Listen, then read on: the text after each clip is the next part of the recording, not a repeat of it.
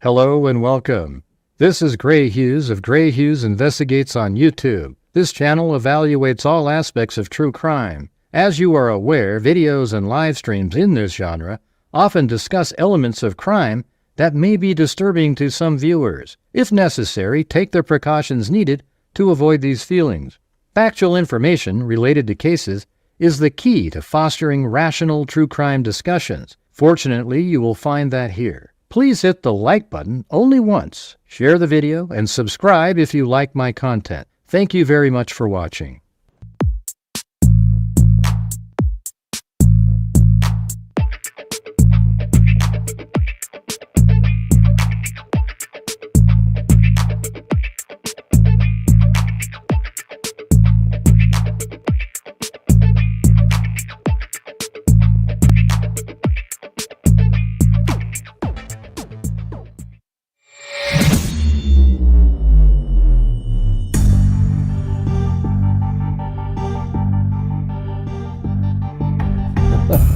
What's going on, freaks? Oh my god.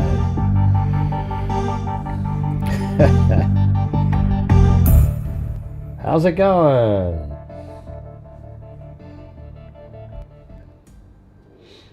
All right. Well, what's the word on the crow-eating Probergers out there? You know what? If anybody believes at this point that somebody forced them to do it, etc., that just means you're even dumber than we thought before. And you can take that to the bank.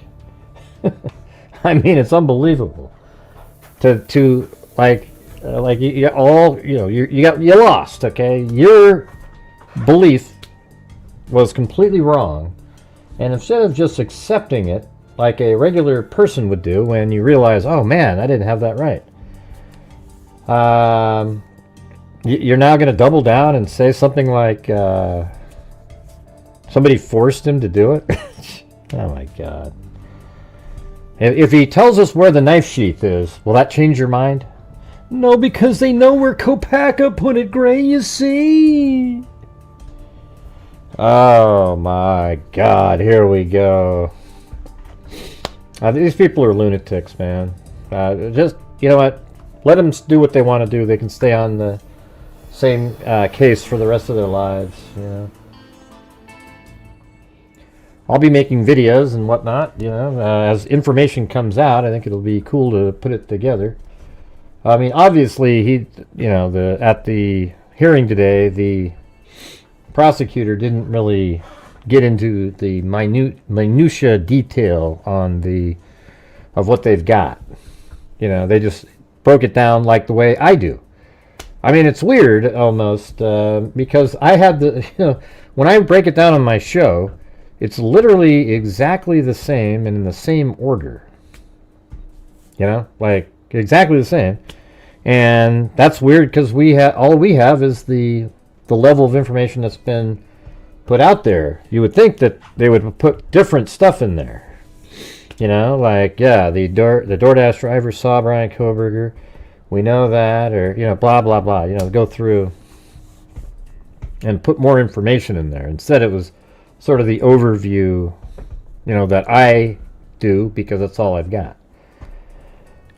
Let's see. But, yeah. I think he should be made to tell everything. I hope that part of it is that after this plea deal, he has to sit down with investigators and tell them exactly what he did, and it's recorded. That's what I hope. I mean, that is exactly what should happen. And by the way, when Steve Gonzalez was talking about the flights earlier today in an interview, he was talking about the flights when Kohberger's dad came out to pick him up. They know the dates of that, okay? So it wasn't like, ooh, he's monitoring what they're doing now. All right? And by the way, like, you know, I don't know how any of us would act. I think there's some people in here, if you only have pets and somebody went over to your house and grabbed one of your pets and stabbed it 100 times and threw it, just threw it into the street or something like that, you'd probably want something really bad to happen to that person, right? Hey, thanks, CR. And yes, you too out there, if you want to help support the Grant Hughes Investigates YouTube channel, we hit the $250,000 given away to various true crime related charities just yesterday. And by the way, we did get the from last month, so it doesn't include our donation yesterday to Identifinders. But here is our through up until June of 2025. I mean, they get it. See, when I send it in, they don't get it till like June, whatever, like 7th or 8th or something, right? So look at right down here. This is our total, $104,050 given to Identifinders, and we still have $15,255 sitting in the the funds. That's what we have. So we also just put 1,500 more in there, so it's really 16,755. So there you go. That stuff is expensive, and we're helping out the communities that don't have the funds to do identification.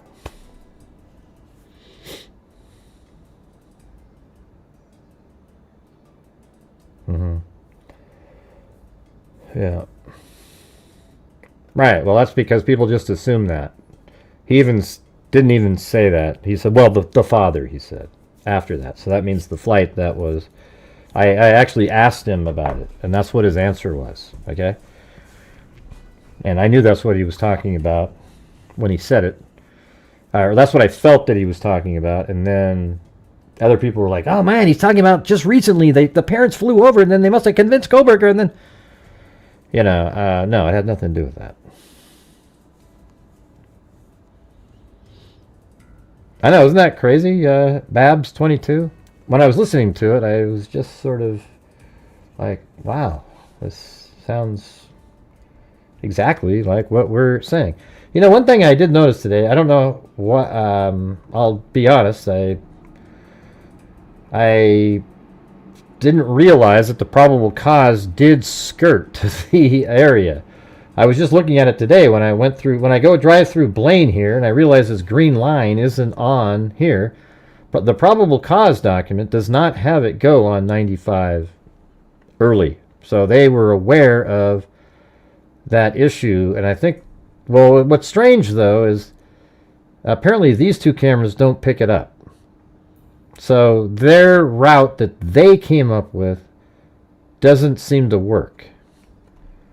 All right, now it could be that they thought cameras were on this side, but right here, that's what's in the probable cause document, and that's not Highway 95. That's actually,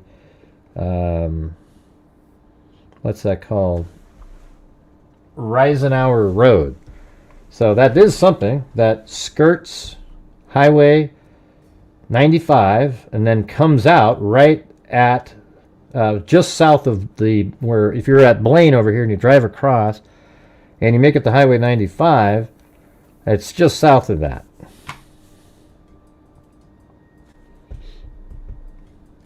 So it's right there. And so I don't know, I don't think, this seems like it's too populated, this road here. Look at all these houses. And apparently there's no pinging on these two businesses there, and the businesses are on this side of the street, not over here. So, I came up with this route here that actually goes all the way down like this, but the one I did when I was there this time was I drove across like that, and then it comes out to Highway 95. And then when you listen to him explain it, he's talking about, he sort of uses little details like, the intersection there, it's pretty interesting, But hey, you guys, we're currently at 0 tonight, so if you guys are out there and you can support the channel, we try to reach the goals every single night when we do the shows, and if you have the ability to, that would be great. Thank you. Let's see.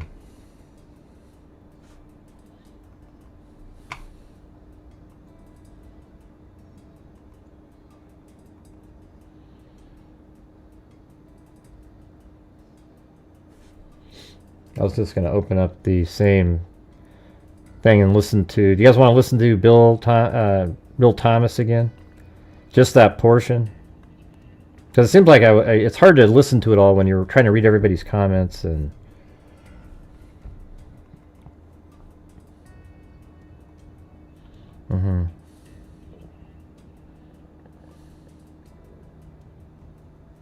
Man, this is starting off, it's a cold one tonight.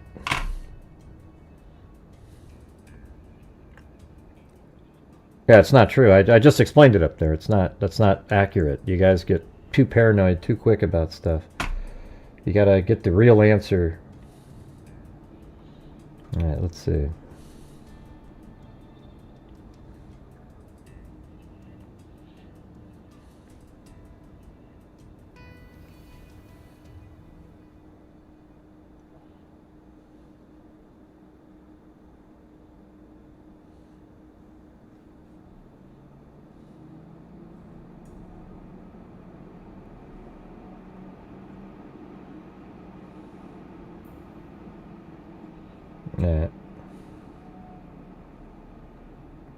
Evidence as an overview would show that back in March of 2022, when the defendant was residing in his parents' residence or was residing back in Pennsylvania, his home state, he purchased online a case. Okay, so the thing is, when it does the echo thing, that was something that happened there. It's actually when this lady over here throws the mic over here, it does something. There's a problem with it. In March of 2022, when the defendant was residing in his parents' residence or was residing back in Pennsylvania, his home state, he purchased online a K-bar knife and sheath with an Amazon gift card that he had purchased shortly prior to the purchase of the knife, sheath, and sharpener. Jumping ahead, the end of June of that year, the defendant, Mr. Proberger, moved from Pennsylvania to Pullman, Washington, which is right across the state line from Moscow, Idaho, for the purpose of pursuing a PhD in criminal justice at Washington State University. The state's evidence would indicate that beginning July 9th of 2022, Mr. Proberger's phone began connecting to a cell tower that serves the area of the 1122 King Road residence in Moscow, Idaho. Now, I will acknowledge for the court and all present that there are many residences in that area. It's a dense population of mostly college-related occupants. Between July 9th of 2022 and November 7th, the defendant's phone connected to that particular tower during late night, early morning hours, 10 p.m. to 4 a.m., on approximately 23 times. Now, I will acknowledge also we do not have evidence that the defendant had direct contact with 1122 or with residents of 1122, but we can put his phone in that area on those times. In the interim, on August 22nd of 2022, Lake Tahoe County Sheriff's Deputy Darren Duke conducted a traffic stop in the early morning hour or late evening hours, about 11 p.m. On the west side of Moscow, on the Moscow-Pullman Road. This was a traffic stop of Mr. Proberger's car, which turned out to be a 2015 white Hyundai Elantra. You guys, are you guys going to keep talking about in chat what Steve meant? I know exactly what he meant. He was talking about, he knows that Mr. Proberger flew in way back at the beginning, and he knows when the timing of it was, and that he thinks he lied, that they lied to the police over there or something like that. Okay, can we quit talking about it, please? It's absolutely ridiculous that you keep talking about it, even though I've already explained to you exactly what he was talking about. All right? I don't know why that happens. You know, once it's explained, just let it go, you know, and then move on to the next thing. With Pennsylvania plates. During the course of the traffic stop, Deputy Duke was able to obtain Mr. Proberger's name, Brian Proberger, his phone number, and his address, which at that point was an apartment address in Pullman. See, Daphne, this is why I don't like it when you're here, okay? You think you're so funny and cool. I heard that you really want to go over to the Reddit crowd and everything. Go ahead. Go over there and have your good time, Daphne. That's your style, okay? Jesus. I'm bringing it up because you and everybody else keeps talking about it over and over again. We then move to the early morning hours of November 13th, 2022. The state's evidence would show that early morning hours on that day, Mr. Proberger's phone left his Pullman residence, which is an apartment in kind of the central northwest part of Pullman. That phone was then subsequently turned off at approximately 2:54 a.m. and remained off until approximately 4:48 a.m. on Sunday, the 13th of November. The state includes, would include a trial, video surveillance of a business on the Moscow-Pullman Highway, just across the state line from Moscow, that would show a vehicle matching the description of the defendant's Hyundai Elantra entering Moscow at approximately 3:02 a.m. Compiled surveillance that the investigators put together from businesses and residents then show the defendant's car, the white Elantra, as I've described, circling the 1122 King Road area, that neighborhood, starting around 3:30 or so in the morning. Comes into the immediate area of 1122 King Road, which is actually on a dead end, and then leaves several times. And approximately 4:05 that morning. What are you talking about, Cindy? You seem to you freaked out for nothing. I don't even know what you're talking about. I wasn't talking to you, Cindy. The defense car had entered that area, was leaving, stopped at the intersection of King and Queen Road, did a U-turn, and the state's evidence would show that the defendant's car came back and parked behind and above the 1122 King Road residence. The state believes that its evidence would then show that the defendant entered the residence of 1122 through the kitchen sliding door on the back side of the residence, which is the side of the residence that would face the area. As I've explained 1,700 times, it's not, the echo is something that was in the courtroom and they fixed it themselves. All right. Above where the defendant's car was parked. Defendant entered the residence, went to the third floor, and with a knife, killed Madison Mogan and Kaylee Gonzalez. The defendant, as he left that room, for whatever reason, ended up leaving, or the sheath for a K-bar knife was left on the bed next to Madison Mogan's body. And I can jump ahead. That sheath was tested by the Idaho State Police Forensic Lab, and single source male DNA was found on the snap of that sheath, as well as blood from both Kaylee and Madison and other trace evidence. But it's important to note single source male DNA was on the snap of that sheath. The state's evidence would show that Xana Knodel was still awake at this time. In fact, had taken a DoorDash order not long before this started. Her room was not on the third floor, it was on the second floor on the west side.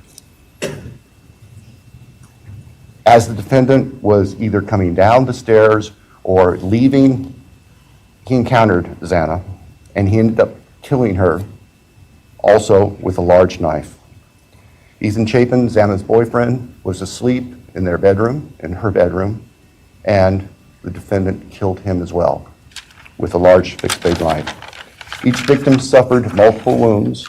I will state for the record that there is no evidence there was any sexual component or sexual assault on any of the victims. I want to make that clear so there's no speculation. There were two other roommates in the house, and they were already asleep. During the course of this, one of those roommates awoke, looked out her door not knowing what was going on, and saw the defendant, who was dressed in black with a black balaclava on, holding some sort of container in his hand. And she saw him leave the house through the direction of the kitchen where that sliding door is that I mentioned before. At approximately 4:20 that morning, so this would have been 15 minutes or so later, the defendant's car is seen on a surveillance camera for 1112 King Road, which is immediately next door to the west of 1122, leaving the area at a high rate of speed. And if the court were to see that, or anybody in this courtroom were to see that, you can see the car almost loses control as it makes the corner, heads north, and then turns to go south on Walenta, which is one of the only ways to get out of that part of town. The evidence would show that following that, the defendant in his Elantra drove south of Moscow. We know that he drove on the back roads because there are surveillance cameras on the main highways, Highway 95, that would have picked up the defendant's car if he'd gone that route. And they did not show the defendant's car on that route during the time. All right, guys, we're still at 0 on Super Chats on the show. This channel relies on your guys' generosity when I'm doing these shows. And I'm not really sure why we're still at 0 this far into the show. So if you have the ability to help support the channel, that would be great. Thank you.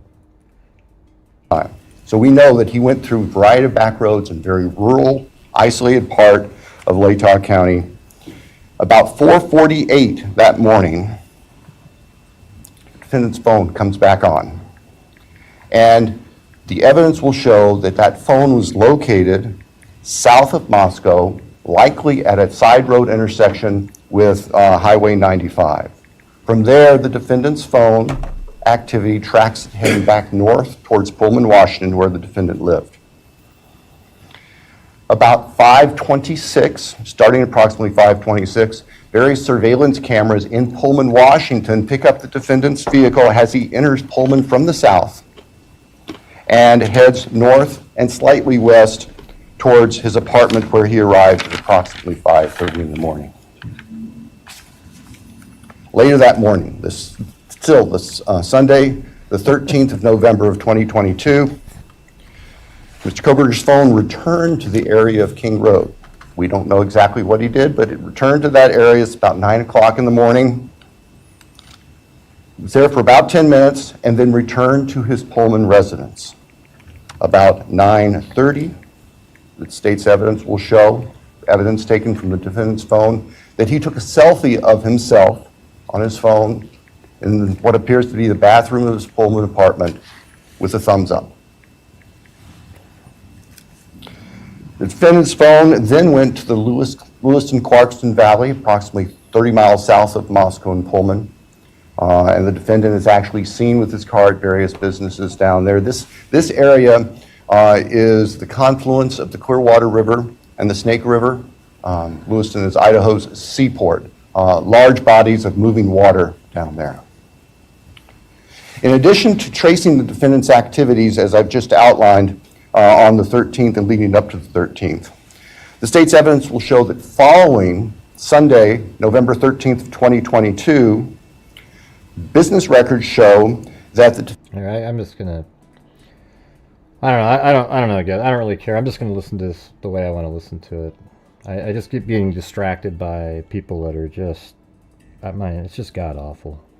People that show up to the show daily just to trigger... area on those times. I'm going to start over. In the interim, on August 22nd of 2022, Latah County Sheriff's Deputy Darren Duke conducted a traffic stop in the early morning hour or late evening hours, about 11 p.m. On the west side of Moscow, on the Moscow-Pullman Road. This was a traffic stop of Mr. Koberger's car, which turned out to be a 2015 white Hyundai Elantra with Pennsylvania plates. During the course of the traffic stop, Deputy Duke was able to obtain Mr. Koberger's name, Brian Koberger, his phone number, and his address, which at that point was an apartment address in Pullman.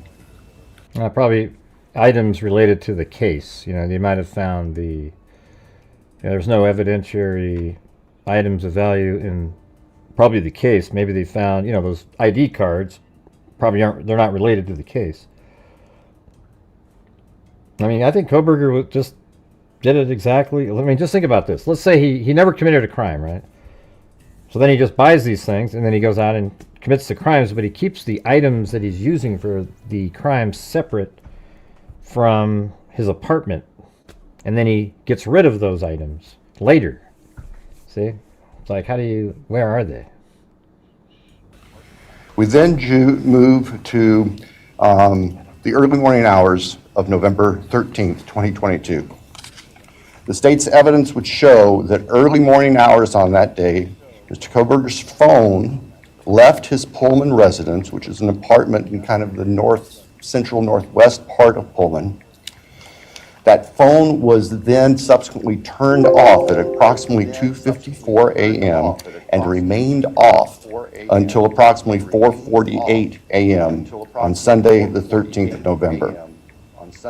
The state includes would include a trial, video surveillance of a business on the Moscow-Pullman Highway, just across the state line from Moscow, that would show a vehicle matching the description of the defendant's Hyundai Elantra entering Moscow at approximately 3:02 a.m. Compiled surveillance that the investigators put together from businesses and residents then show the defendant's car, the white Elantra, as I've described, circling the 1122 King Road area, that neighborhood, starting around 3:30 or so in the morning.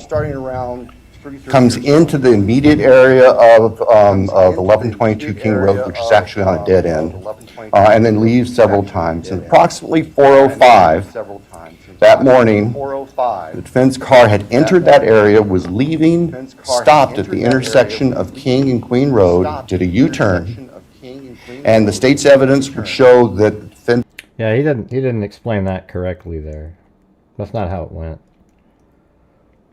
The car came in at 4:04:56, I think, and then it drives all the way over here. Like it's almost like he doesn't have it in his head. Like it doesn't know the, because it comes in back here and then turns around back here, does a 3-point turn, drives back this way. It wasn't leaving. It drove by and then did another 3-point turn and then came back around, and then it parks over here at probably around 4:08. Yeah, so he didn't say that right. I mean, just listen to it. Comes into the immediate area of 1122 King Road, which is actually on a dead end, and then leaves several times. And approximately 4:05 that morning, the defense car had entered that area, was leaving, stopped at the intersection of King and Queen Road, did a U-turn. It didn't do a U-turn. And the state's evidence would show that the defendant's car came back and parked behind and above the 1122 King Road residence. That's not even close. The state believes that its evidence would then show... See, that's what I'm saying. I mean, all the elements he's saying are similar to the ones I said, but he's not accurate. It never did a U-turn, and it also didn't do what he just said. It didn't come in, and then it looked like it was it went in like this, drove all the way back here, did a 3-point turn, then drove all the way over here after looking at what the ramifications of the DoorDash driver was, and then right over here did a 3-point turn, and then drove back around this area back here again, and then parked the car. You see how that's way more complicated than that? Yeah, the sound is just in the recording. You know, like that's how it was at the courthouse. I can't take it out. And then it stops in a minute. Like it's not there anymore. That the defendant entered the residence of 1122 through the kitchen sliding door on the back side of the residence, which is the side of the residence that would face the area above where the defendant's car was parked. Defendant entered the residence, went to the 3rd floor, and with a knife, killed Madison Mogan and Kaylee Gonzalez. The defendant, as he left that room, for whatever reason, ended up leaving, or the sheath for a K-bar knife was left on the bed next to Madison Mogan's body. And I can jump ahead. That sheath was tested by the Idaho State Police Forensic Lab, and single source male DNA was found on the snap of that sheath, as well as blood from both Kaylee and Madison and other trace evidence. But it's important to note single source male DNA was on the snap of that sheath. The state's evidence would show that Xana Knodel was still awake at this time. In fact, had taken a DoorDash order not long before this started. Her room was not on the 3rd floor, it was on the 2nd floor on the west side. As the defendant was either coming down the stairs or leaving, he encountered Xana, and he ended up killing her, also with a large knife. Ethan Chapin, Xana's boyfriend, was asleep in their bedroom, in her bedroom, and the defendant killed him as well with a large fixed blade knife. Each victim suffered multiple wounds. I will state for the record that there is no evidence there was any sexual component or sexual assault on any of the victims. I want to make that clear so there's no speculation. There were two other roommates in the house, and they were already asleep. During the course of this, one of those roommates awoke, looked out her door not knowing what was going on, and saw the defendant, who was dressed in black with a black balaclava on, holding some sort of container in his hand. And she saw him leave the house through the direction of the kitchen where that sliding door is that I mentioned before. At approximately 4:20 that morning, so this would have been 15 minutes or so later, the defendant's car is seen on a surveillance camera for 1112 King Road, which is immediately next door to the west of 1122, leaving the area at a high rate of speed. And if the court were to see that, or anybody in this courtroom were to see that, you can see the car almost loses control as it makes the corner, heads north, and then turns to go south on Walinta, which is one of the only ways to get out of that part of town. The evidence would show that following that, the defendant in his Elantra drove south of Moscow. We know that he drove on the back roads because there are surveillance cameras on the main highways, Highway 95, that would have picked up the defendant's car if he'd gone that route. And they did not show the defendant's car on that route during the time. So we know that he went through a variety of back roads in very rural, isolated part of Latah County. About 4:48 that morning, the defendant's phone comes back on. And the evidence will show that that phone was located south of Moscow, likely at a side road intersection with Highway 95. See, that's interesting right there. That's a lot of detail on that. See, a side road intersection with Highway 95. And that's pretty, here's all of this crap that I have in here. It's just so much now. So the Johnson is right here. There's a cell tower right there. And they're saying west of, there's one, right there. And so Blaine is right here, and they're saying an intersection with Highway 95, though. But Highway 95 is right here. And then there's that road that they said that he came in on. So they could be talking about like right there, or they could be talking about, could be right here. I mean, it's pretty interesting. It's a little extra information that we didn't have. I mean, why do they're so certain about that right there? Back on. And the evidence will show that that phone was located south of Moscow, likely at a side road intersection with Highway 95. From there, the defendant's phone activity tracks him back north towards Pullman, Washington, where the defendant lived. About 5:26, starting approximately 5:26, various surveillance cameras in Pullman, Washington pick up the defendant's vehicle as he enters Pullman from the south. Yeah, so we have all of that. He comes around. They have him kind of go through all these crazy areas up here and then make his way all the way up into here. And the timing's perfect. Right into Johnson at 5:25. There's two cameras on this building right here, by the way. There's one there and there's one on this side, so there's two of them.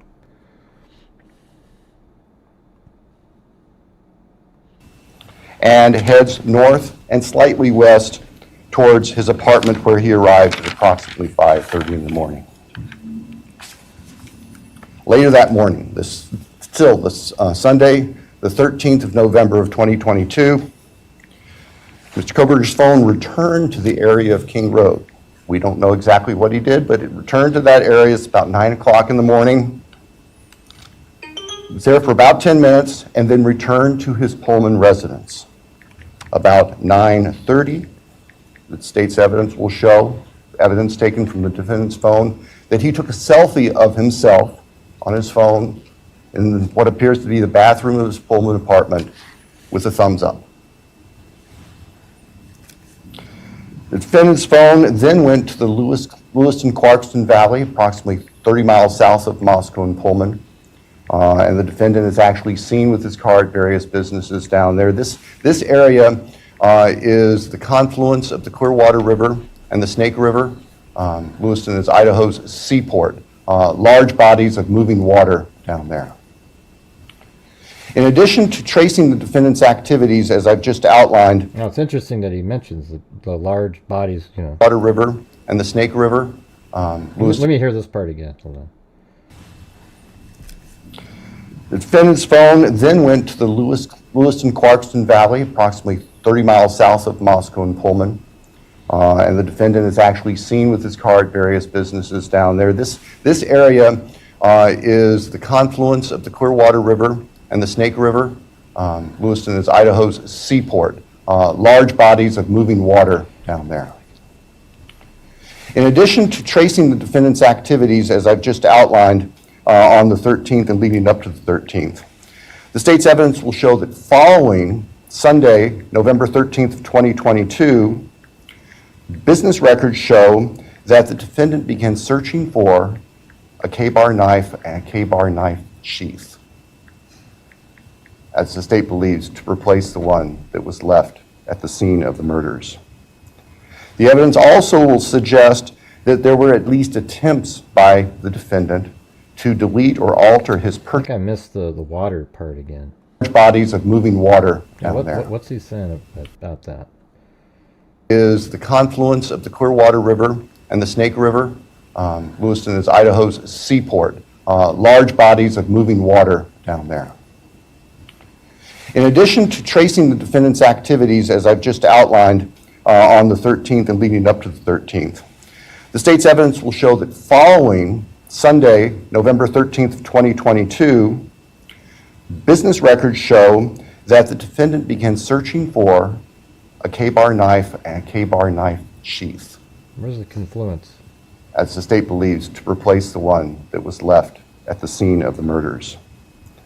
The evidence also will suggest that there were at least attempts by... Where's the confluence of the water? I'm trying to figure out what he was talking about. The defendant's phone then went to the Lewiston-Clarkston Valley, approximately 30 miles south of Moscow and Pullman.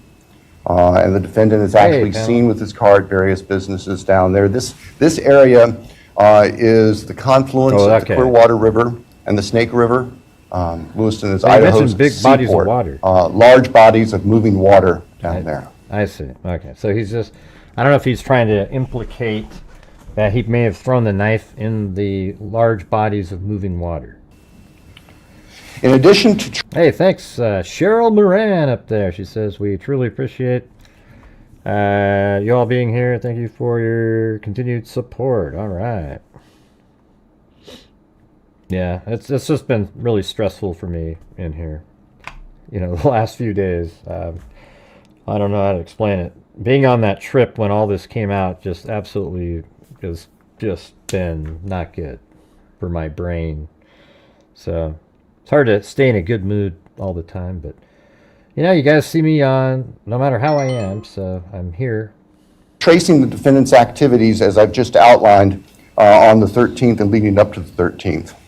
The state's evidence will show that following Sunday, November 13th, 2022, business records show that the defendant began searching for a K-bar knife and a K-bar knife sheath, as the state believes, to replace the one that was left at the scene of the murders.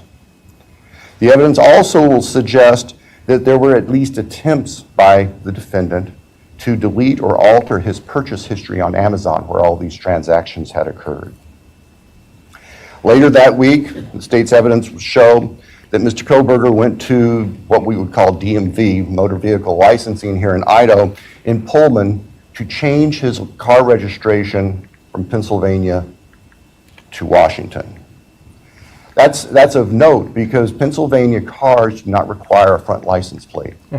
The vehicles seen on the surveillance cameras of the defendant's car showed it didn't have a front license plate on it. At the time of the traffic stop by Deputy Duke in August, it was Pennsylvania plate, no front license plate. Mr. Proberger proceeded to finish his semester of studies at Washington State University and returned to Pennsylvania for the holidays. Law enforcement at this point were aware of Mr. Proberger, had been accessing information about him, were trying to find him. They located him in Pennsylvania, and they conducted what's called a trash pull. During the nighttime hours, agents of the FBI, who assisted immensely with this case,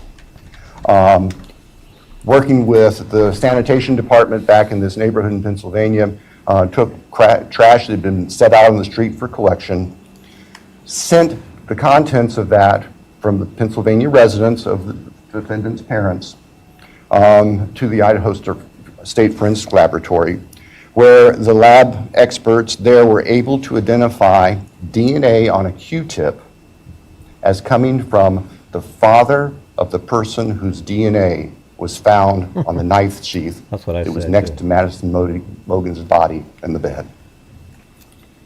Subsequently, an arrest warrant was issued here in Idaho, and a search warrant was issued in the state of Pennsylvania with the assistance not only of the FBI, but the Pennsylvania State Police. Mr. Proberger was arrested at his parents' home to return to Idaho. Upon his return to Idaho, a DNA sample was taken from him, and it matched the DNA found on the knife sheath next to Maddie's body at the crime scene. I can tell the court, in public, the weapon itself, the knife, has not yet been recovered.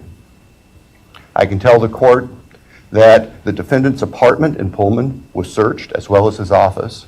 Spartan would be a kind characterization. There was virtually nothing there. Nothing of evidentiary value was found. And of course, we are now talking 6-8 weeks after the time of the killings. In Pennsylvania, the defendant's car was seized, and it was actually pretty much disassembled internally. And it also had been cleaned. There was a bucket of cleaner right beside it. I think we can all look to our own cars, you know, in those compartments in the doors. We try to keep them clean where you put stuff. There's always some degree of crud in there. They were spotless. The defendant's car had been meticulously cleaned inside. And the state would present to the jury that that was part of the defendant's plan in covering up. Right, and he wrote that whole paper on how to keep things clean. He knows all about what to do, right? I mean, it's amazing if the car was that clean.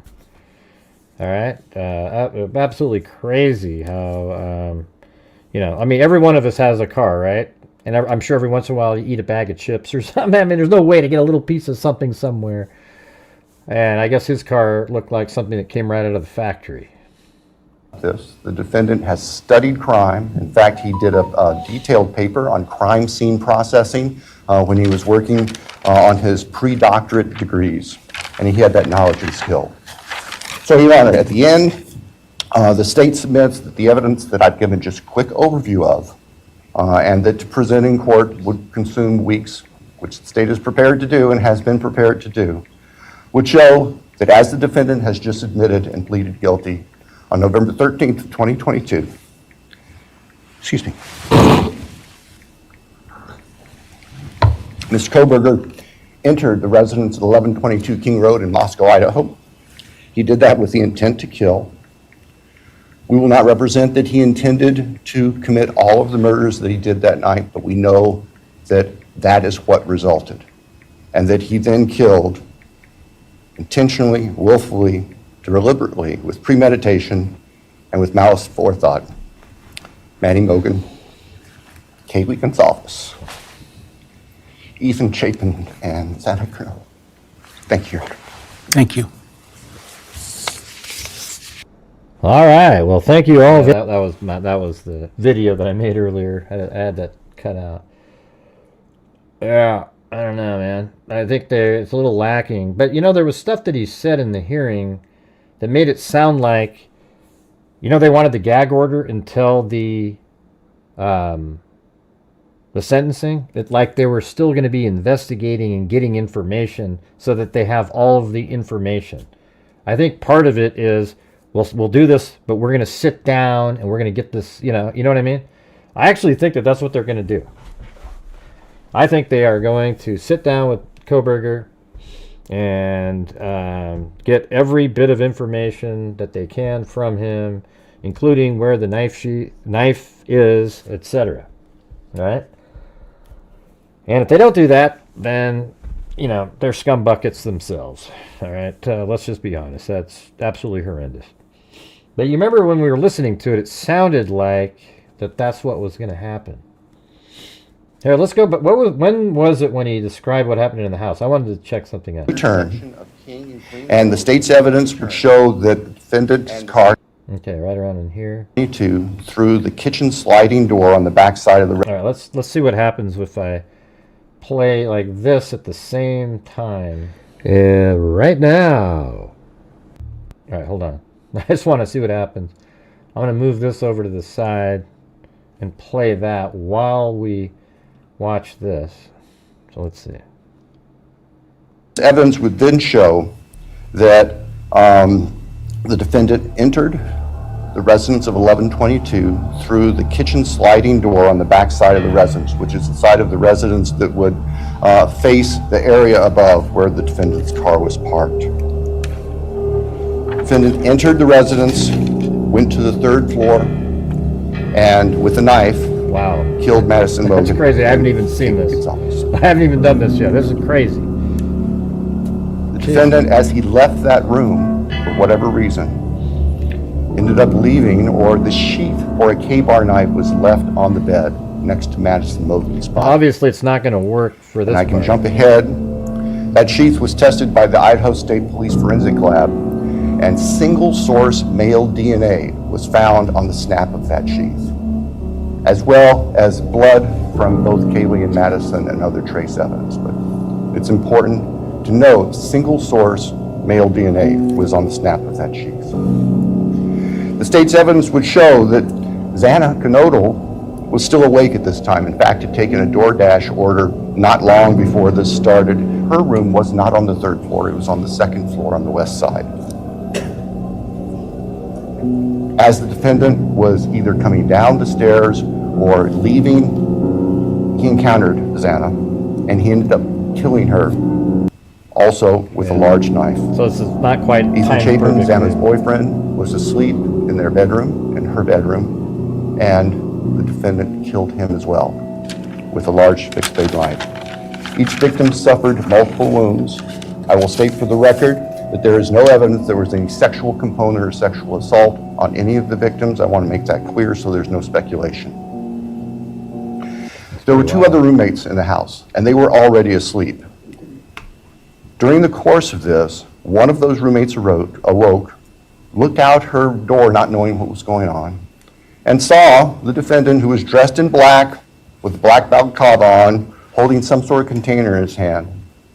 And she saw him leave the house through the direction of the kitchen to where that sliding door is that I mentioned before. At approximately 4:20 that morning, so this would have been 15 minutes or so later, the defendant's car is seen on a surveillance camera for 1112 King Road, which is immediately next door to the west of 1122, leaving the area at a high rate of speed.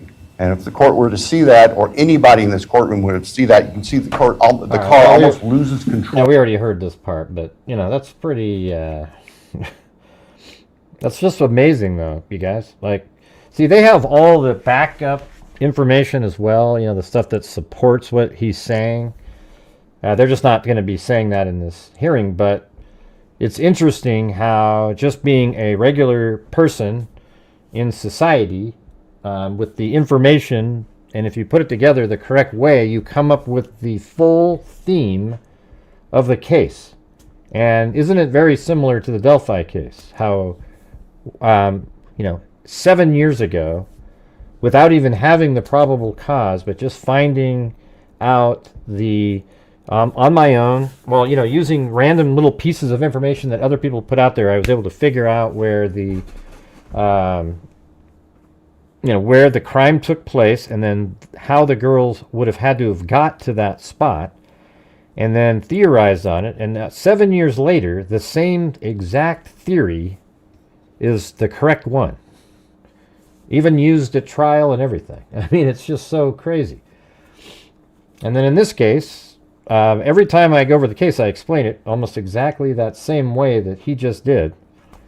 But I don't have the details that they have in the background, and he didn't even use any of those right there. So it's sort of weird how they don't, I don't know. The only thing that was sort of different was little specifics like the intersection where the phone may have pinged at 448, etc. Hey, thanks, Michelle H. And also, if Daphne's out there, she said earlier when I was saying, let's quit talking about Gonzalez, and then she said, well, quit talking about him. But then she corrected it with, we'll stop talking about him. Okay, I didn't see the correction, so when I got upset about that, I didn't see her correction to will. W-E has the same letters in it, even. Okay, so it's totally different. One's like, well, stop talking about it, and the other one is, we'll stop talking about it. You see how the different sounds there? So, anyways, nobody got blocked, nobody got timed out, but it made me feel anger. It's just the thing about like Steve Gonzalez is, I think most of us would feel almost exactly the same way he feels, and he actually shows a manifestation of how he feels. All right. A lot of times people feel a certain way and they just act like, Mother Teresa, everything's great, and nobody knows that they're actually even upset about something. And while sometimes I think that it's not helpful, I can't say, wow, you shouldn't do that or something, because I don't know how I would be. I think I would be similar to that. Because you know how I am. I just kind of say what I think, right? I would be out there just pissed off. Like all the time. I don't know. And he knows more stuff than we do, obviously.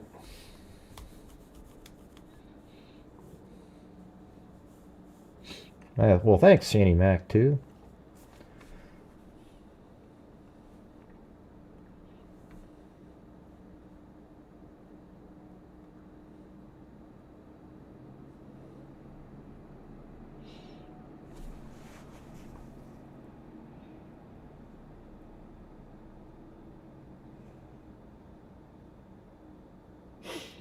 Yeah, well, Dennis said that he sent me a letter. Dennis Stewart. You know Dennis Stewart? He's the guy. He's a moderator. He doesn't come in very much because he's so busy. But he was writing the book on Alan Lee Phillips for the Schnee Oberholzer case. You remember him? But he always still watches and likes my posts on Facebook and everything like that. And he wrote me an email. Then it was just it was so cool. It made me feel good. I was going to read it. He said I could read it. He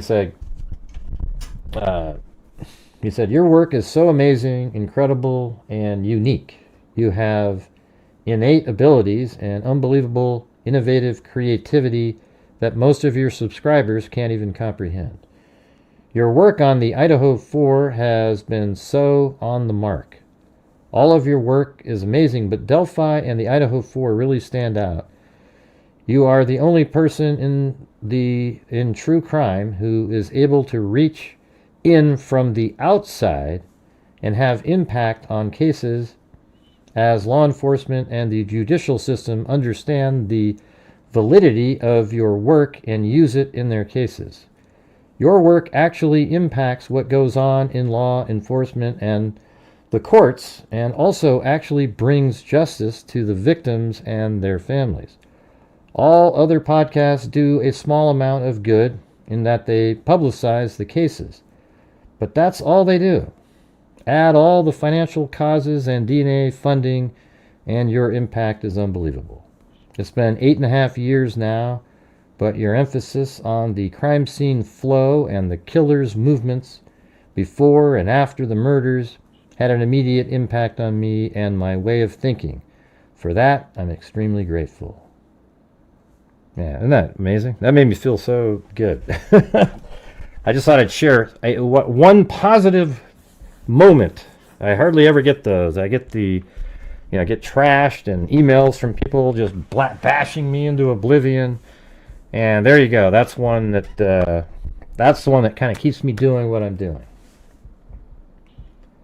You know? And I hope that's the impact, because I know that I make these things. Like in the Delphi case, law enforcement, I can't say exactly how they were looking at stuff. I just know that they did early on. And then, I don't know. I mean, I know in this case, my videos and things were sent to the prosecutors to look at, and, in hopes that they're doing something similar. And maybe it had some, mild impact in there too. I don't know. And then there's just other cases out there. I mean, even that Naomi Irion one, it was pretty cool to, I don't know if I affected law enforcement or anything, but, we were able to, I took her shadow, the vehicle's shadow when it was driving by, and figured out the exact time, and it was totally different than what the media was reporting. And that changed everything in the way people were thinking about it, at least in the public. Anyways, thanks, Dennis, for that nice comment. Hey, thanks, T-Moral3. And sorry for being an ass the other day, too. I can be an ass, listen, I can be an ass. I'll be honest with you. Like, sometimes I'm just not in a great mood, and I snap at something, and I do every single day, I do 3-hour shows. I'm just a regular person, I went on a 4-mile walk early, later in the afternoon today, because on my trip I just sat around and ate crappy food and everything. So I walk around, and I come in here, and I'm doing my show, and it's just, I don't know. Sometimes I get frustrated as hell. But hopefully you guys see the good over that part, I'm not a perfect person, never claimed to be. I make mistakes even in stuff that I'm looking at. Like, it's crazy to me. For example, today was the first time I actually noticed that this right here wasn't actually Highway 95. I don't know what the hell that is. It's never even occurred to me. It doesn't really matter, but they're saying that maybe they avoided 95 going over here, but they don't actually know that. My theory was that it drove all the way around over here and then came out right around that time. Like that.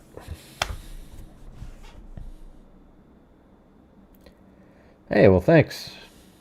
Thank you, Ruthie, for the comment there.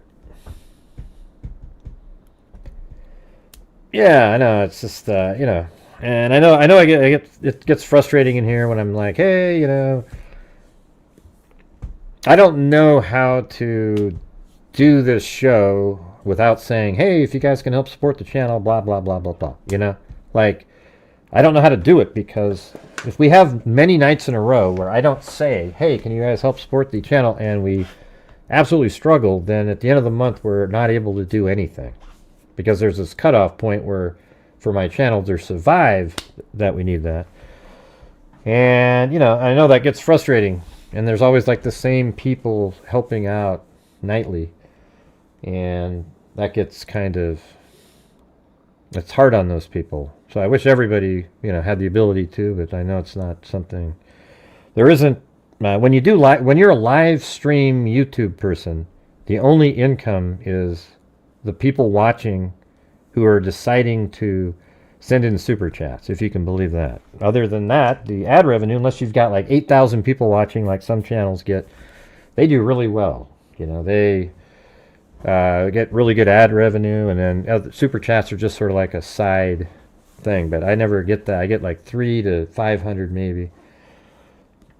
So anyways, I'm just saying, I hope you guys just kind of accept me for who I am.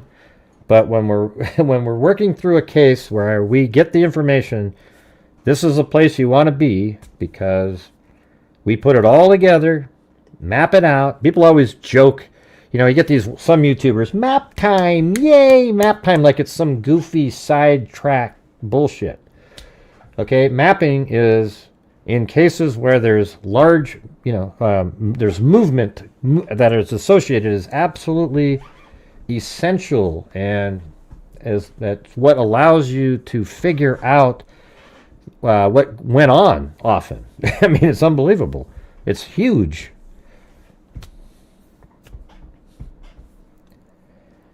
Oh yeah, don't I have? I think somebody sent me that. Well, let me read this one. I do have some pictures and things I was going to show you guys.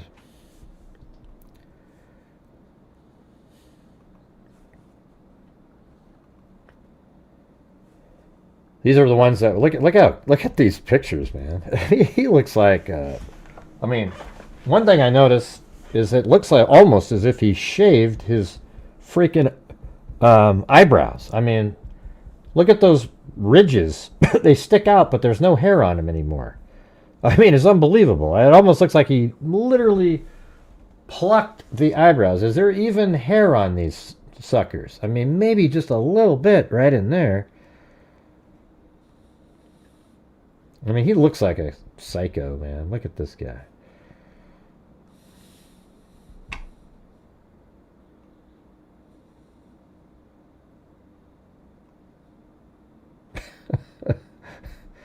Oh, man.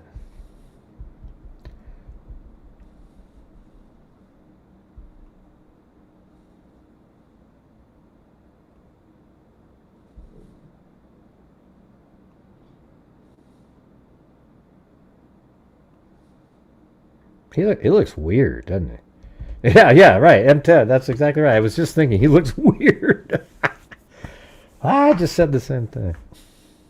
That's crazy.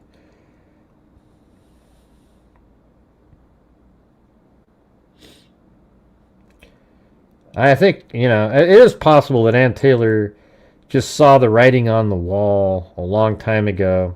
And here's what I heard. I heard a long time ago that Ann Taylor was trying to get Proberger to do a plea deal, and he just wouldn't do it. And then I think they've quietly worked on, this is how I think it went down. They've quietly worked on, you know, hey, listen, I think we can get this extended out, and, you know, kind of got it delayed. They shift venues. They tried all their little things, and what she told him is, listen, we've got only a couple more things up our sleeves. The Dateline thing, we might be able to get this thing pushed out a little bit longer. You know, plus I could say that we haven't really been able to go through all the information, and for us to be an effective counsel, we need to be able to go through all the information. Okay, we got that. And then also, some people have suggested these people as alternate suspects. We can throw those in there. But I got to tell you, Brian, we've looked at all of the mitigating factors, and I think that if you're found guilty, you'll get the death penalty. And then Brian was like, okay, well, let's see what happens. And then at that hearing the other day, the last hearing, when the judge said, you know, basically said we're not doing the 4 alternate suspects, and then he also said that, or basically he didn't decide on that one, but at that hearing he said, those are 2 documents that came out. But in that hearing, he said, it's likely that I'm not going to continue this trial. It's going to happen when it was already scheduled. And you saw the look on their faces, and that was almost like their signal, like, it's done, you know, we have no more chips to play, right? And that's why she doesn't spend any time looking at videos or things like that, because she already knows that he's the killer this whole time. I mean, like, and it's funny because you remember early on she sounded like these Delphi nut jobs, you know, these quote, these attorneys that are YouTubers. They must be incredible attorneys if they're on YouTube. And they're sitting there saying that Richard Allen, you know, there's never... Normally I think, okay, maybe he did it. But in this case, I'm so certain that Richard Allen didn't do it. And that's exactly what Ann Taylor said in this case. Do you remember that? She said, You know, I think he's absolutely innocent, you know? And I always tell people, they all say this, you guys. Every one of these attorneys say the same thing over and over and over again. Hey, welcome, Sarah Jane. They say the same thing over and over. It never ends. It's like, and it's obvious. What is an attorney going to say? Something like, well, I think my client's guilty as hell, everybody, but I'm going to put on a great defense. Have you ever heard an attorney say that before? Oh, yeah. My client is about as guilty as sin, but by God, I'm going to go out there and I am going to put my best foot forward. Yeah, that never happens. And so, you know, she did the same thing. Look at that weird look right there. I mean, you know, it's kind of creepy. Just think about this. You know what he's like? Adam Lanza. You know. Yeah, let's take a look at that real quick.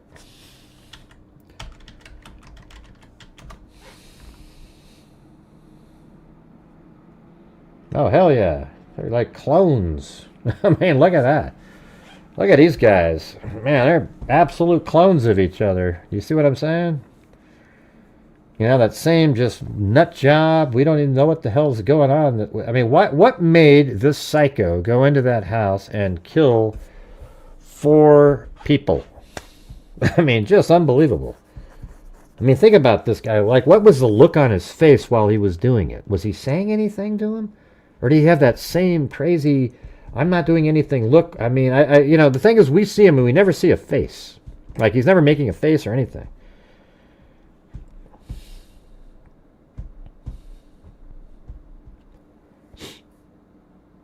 I don't know if he looks like Papa Rogers. I mean, oh, the Papa Rogers. I know what you're saying. The Papa Rogers picture. Right, yeah.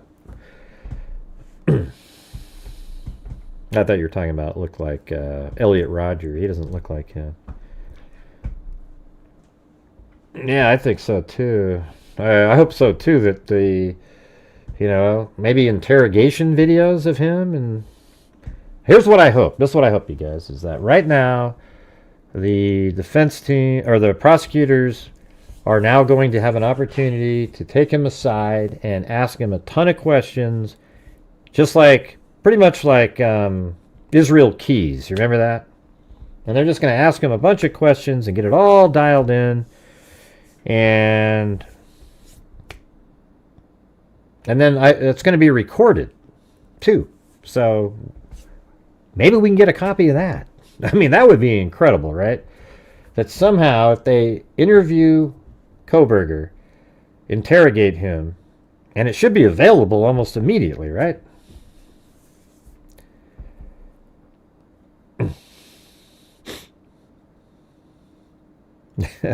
You know how they do that, M10. Yep. Yeah, and by the way, his professor, when she writes a book, you're going to have to buy that one. Okay, because I think she will get the interview, and she'll be able to write a book, and she'll get the inside scoop. There's a lot of information that's going to be pouring out. Now it seems like it's going to come out after the, what is it, 21st or something like that? Hey, thank you, Christina Berman. Very kind of you. Thank you.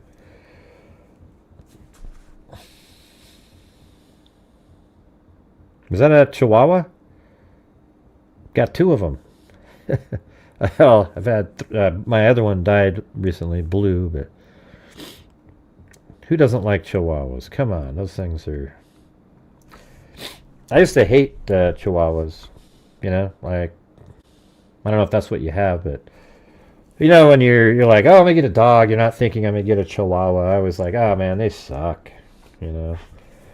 But, you know, my wife had a person she worked with, and they had a Chihuahua, and it stayed at home all day with not a single human interaction until later in the night, and they didn't think it was fair, and so they wanted to see if we could take it. So I go, oh, Jesus, okay. I don't know if I want to do... Okay, go ahead, bring it over. And I sat in the living room, And the dog, I mean, Blue, okay, it's Blue. He came in and he jumped up on the couch, jumped up into me, and then put his head right under here and just kind of, and I literally, well, it was like this. We'll take him. Yeah. Makes me sad actually talking about him. He was awesome. Blue, Blue, Blue.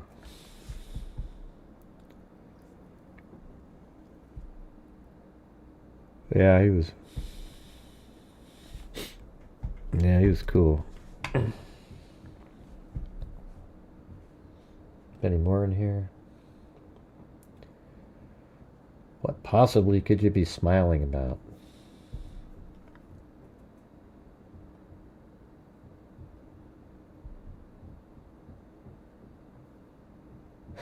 What's going on up here? Like, why is the shirt, it looks like something's really tight.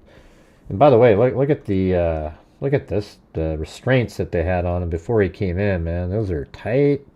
He wasn't going to be getting out of those.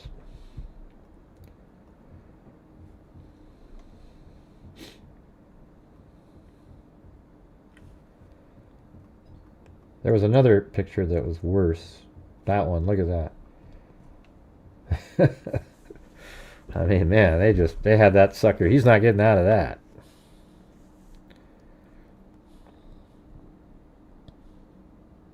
Did Christina ever respond with what type of a dog that was?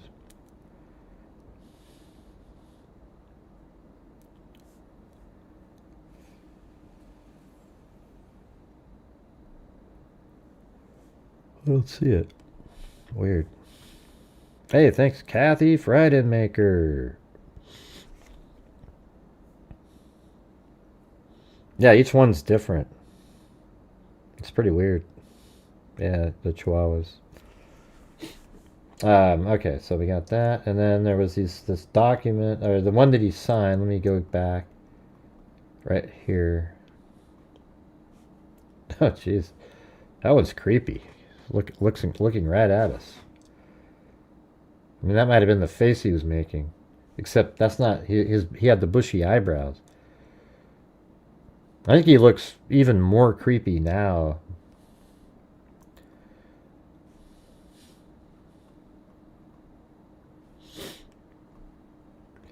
So, the state of Idaho, by and through Latah County Prosecuting Attorney's Office, the defendant Brian Koberger and the defendant attorney Ann Taylor stipulate to the following plea agreement. The defendant will enter guilty pleas to the following counts: burglary, Idaho Code 18-1401, blah, blah, blah, blah, blah. The defendant will be sentenced to 10 years fixed for count 1. 3, the defendant will receive fixed consecutive life sentences for counts 2 through 5. Those are the murders. The state may seek restitution orders regarding funeral expenses and crime victim compensation reimbursement in an amount to be determined.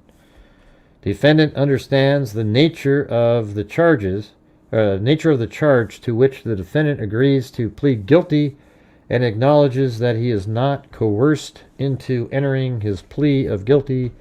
The consequences of pleading guilty included the maximum penalties that may be imposed and any mandatory minimum penalties, and that C, by pleading guilty, he waives his right to a jury trial, to confront accusers, and to refrain from incriminating himself.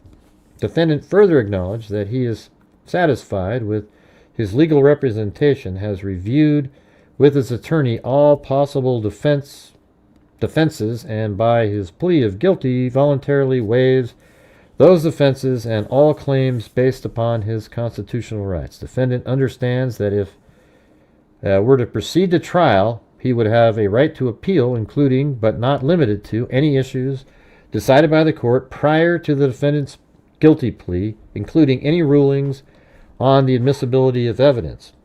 The judgment, including the finding of guilt, any issues regarding the guilty plea, the sentence. Further, the defendant understands that if we're to proceed to trial, he would have to have the right to file a motion under Idaho Criminal Rule 35 seeking a reduction of the sentence. The defendant hereby knowingly, voluntarily, and intelligently waives all rights to appeal any and all issues in this case and waives the right to file a motion pursuant to Idaho Criminal Rule 35.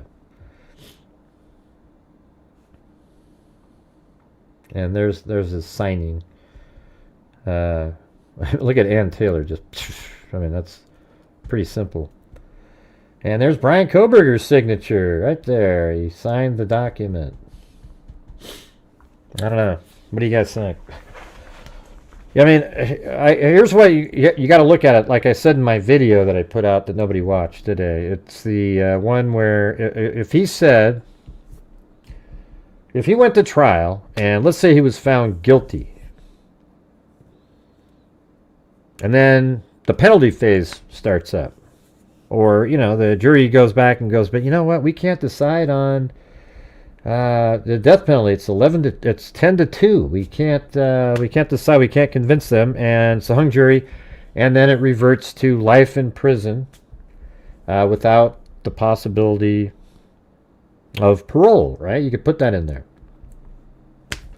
However, he'll have a ton of appeals that he could throw out there. Oh man, the Dateline thing, this and that and the other thing, bing, bing, bing, throw them all out there. But that's what this did. So basically, what this it just didn't go to trial. So that's the part. Like you weren't able to sit there and watch somebody face justice day after day. But if it had gone to trial and the death penalty was not chosen by a couple people, his sentence would be lighter than the one he got in this agreement. Does that make sense? In this plea deal here, he got basically, life in prison without parole with no appeal options. Like that's it. There's nothing. It means that the family doesn't have to show up to court every few, a year here and there and wonder what the hell's happening. But I do I think if that was my kid, I would feel more like Steve does and be like, I want it to go to trial and I want him to get the death penalty and I want it to, but the risk is that if he doesn't get the death penalty, then he'll have appeals anyways and who knows what might happen. But I also think it's incredibly important for them now to take Brian Koberger aside behind, whatever they're going to do, like interrogate him. And that should have been part of the deal, that after we agree to this, we're going to sit down and you're going to tell us exactly everything that you did, including where you put the K-bar knife. And so the reason you need to do that is because once you have all of that, then even if some wacko judge in the future comes out and goes, hey, that's unconstitutional not to have any rights for appeal. I mean, look at these issues that he had. Then you have, well, he told us where the K-bar knife was, and we found it. And he also, this is what he said, and everything matched, and so that would make it harder for him to ever win something. What do you guys think of that?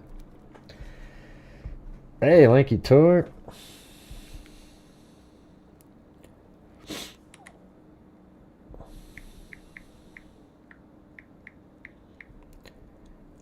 Did they find? No, they didn't. They haven't found the knife. Look, that's the part I want to listen to again, though. Hold on. Let's open up the show that we did earlier. I didn't talk during it, so miraculously. I mean, normally I'm just blabbing away. Gray, shut the hell up, man. We want to listen to it. Hey, thanks, Lanky Tor.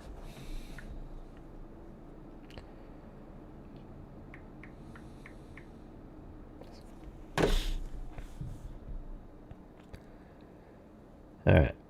By the way, man, my thumbnail from today's show was perfect. I mean, look at that thing. Live Koberger plea deal, and he's got his thumb.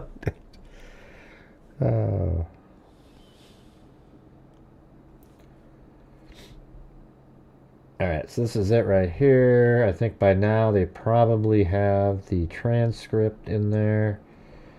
Right here. Then we go to the, yeah, right over on this side.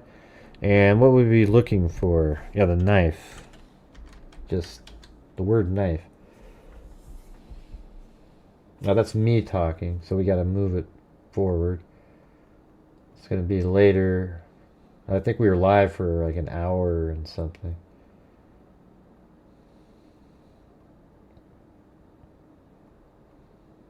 Okay.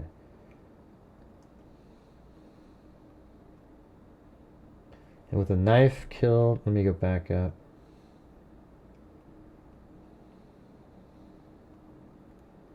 All right, so I said I used the word knife at 102, but then now it's brought up in the hearing.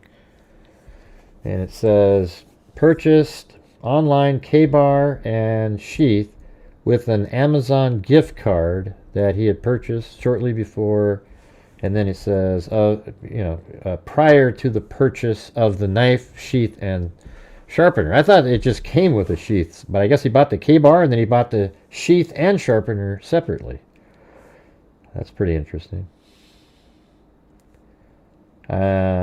Let's see. So this is and with a knife, killed Madison Mogan.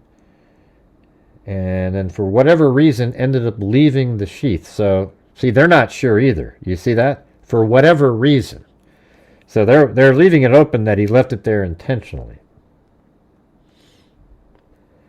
Killing her also with a large knife. Let's see. Business records show that the defendant began searching for a K-bar and a K-bar knife sheath as the state believes to replace the one that was left at the scene of the murders. DNA found on the knife sheath next to Maddie's body at the crime scene. I can tell the court public weapon itself, the knife, has not yet been recovered. So, I mean, it was interesting the word yet, so I'm wondering if he's saying it like that in his mind because they've talked to Proberger and he's explained, where it might be or whatever, and they just haven't got it yet. But he says it's not yet been recovered. Seems like he would have said something like, yeah, we've been unable to ever find the knife sheath, but it sounds like now there's movement towards not the sheath, the knife. So what do you think of that? I think that's a possibility.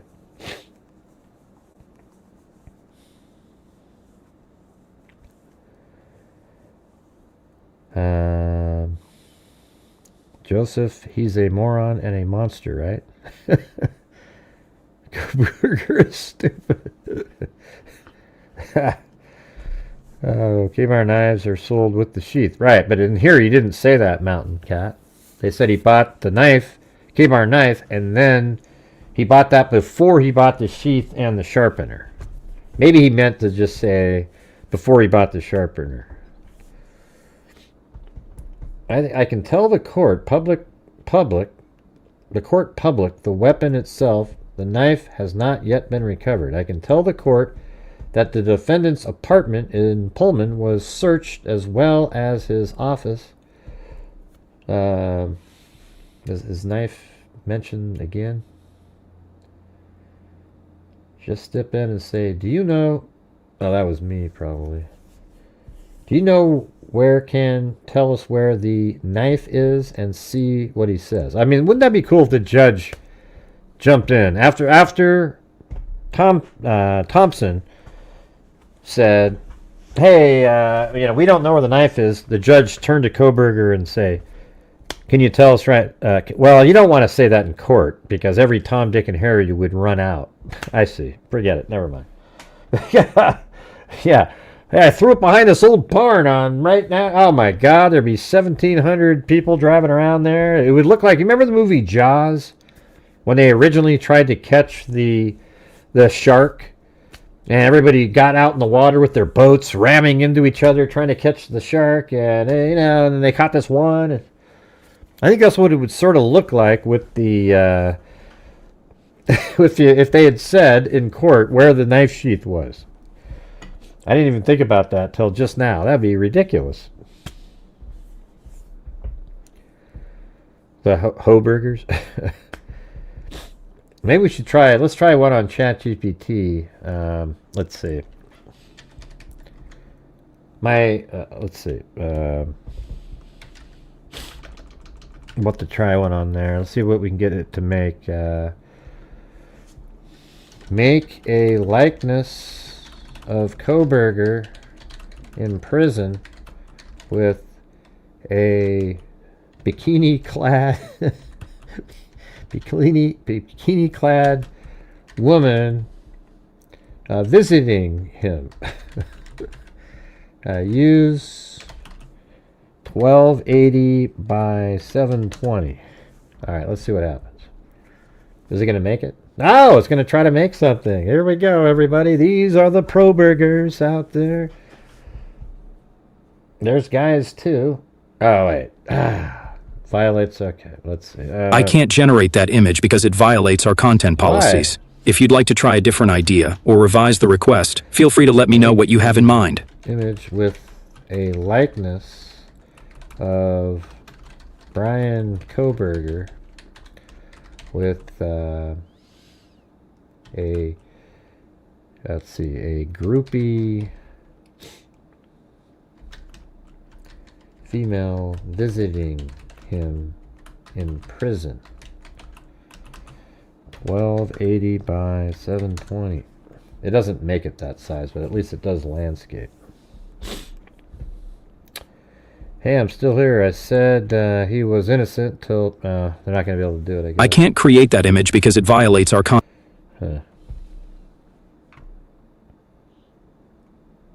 No, they made these ones.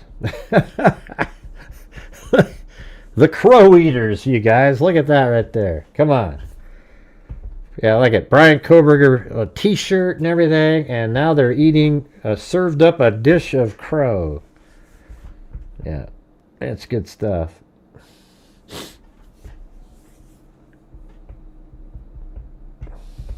I thought I used pretty good.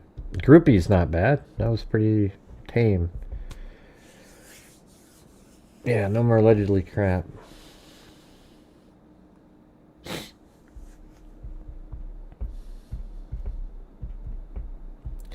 I want to know if it was snapped or unsnapped. What?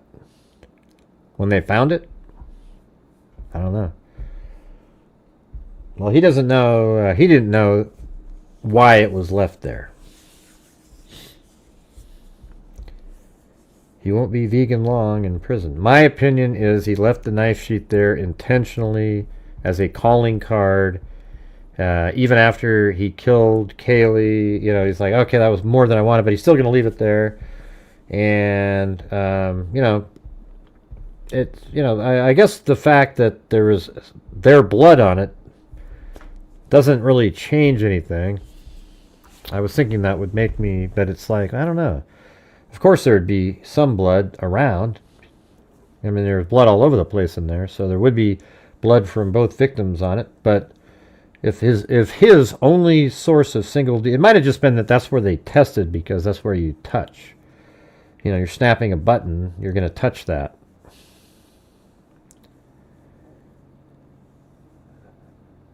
Huh? Which one? I didn't see it. Oh, thanks, Tanya up there, and Little Mama and Lanky Tour. I don't see it. I don't see what you're talking about.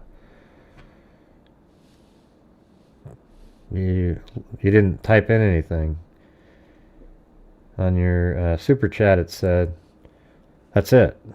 See that? It doesn't have a theory. You'll just have to type it in again, I guess. But thank you, appreciate that. I think I missed some while I was playing. Let's see. We got Tania, Model Mama, Lanky Tor, Kathy B, 10 for all you do. That's just typing it in. All right, let's see. And then we got Austin. That's pretty funny. Look at that. It's on one of those membership, you've been a member for 36 months. And thanks for that. But right here it says 10 for all you do, but it doesn't really show up in there. It doesn't count. Let's see. Shana Berman. Jeepers. Sarah Jane became a YouTube member. All right.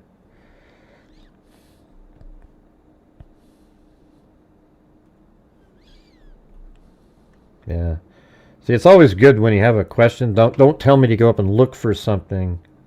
Just put it again. Because I don't have the time or the ability to go look for something. It just takes so much time. So now I keep seeing the comment, and all those times I would have been able to read it if you just posted it again. Stupid murdering dummy didn't even need to bring the sheath to the house. Right. Yeah, somebody commented on that. That made sense. Like, why did you even bring it? Unless you meant to leave it there. I mean, you just walk in, hold it in your hand, and go start doing what you're doing.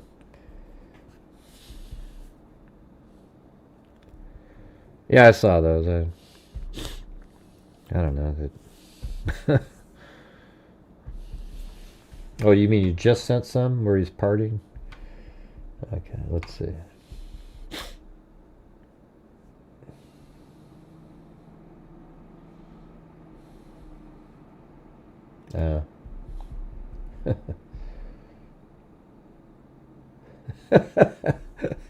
That's you can't have people that look like they look good. You want to have Proberger nut jobs with him. Yeah, you'll have to go up and find your comment and paste it again. I don't know how to find the one that you mentioned. And it wasn't in the super chat. Oh, there are loops on it for work belts. Going with the knife sheath loose would have been a liability. I don't know if that's a theory or what that is. Originally attached to the belt. Initially was going to start as sexual assault. Remove the belt. Therefore, sheath would now be loose. Maddie fought back, and then the sheath. So the belt fell off the belt. The sheath fell off the belt, and he still put the belt back on, but left the sheath there. I don't know. That gets kind of complicated. Maybe though. Who knows? Who knows? But he wore a Dickies. Hey, thanks M10 Gray. We heard today that the sheath was covered in. Yeah, the victims. A few nights ago, you said something about. Yeah, it might change my mind. I just said that a minute ago. Yeah. It doesn't really though. I was just thinking about. I was thinking of his. I guess if there was mixtures of his DNA all over it with others, but it was the victims, and that would be right there, wouldn't it? I mean, he's got it in his hand. He's going to leave it there, but I sort of pictured him having it tucked away somewhere, and then he pulls it out right when he wants to leave it there. So, having blood of the victims on it makes it less likely that it was left intentionally, but it doesn't completely take it away. Like, I don't, even the prosecutor today didn't know. Yeah, I think he said for some reason he left the knife sheath there. Okay, that's pretty interesting, right? They didn't say in the battle, we believe with the battle with Kaylee, he left the knife sheath there. I think internally they must have had many discussions where a lot of their investigators think he left it there as a calling card. That's why he says, for whatever reason, he left it there. They don't have a clear theory on that. And again, that's the same kind of logic and common sense I use when I listen to people. So we try to back engineer cases here by listening to what people say, etc.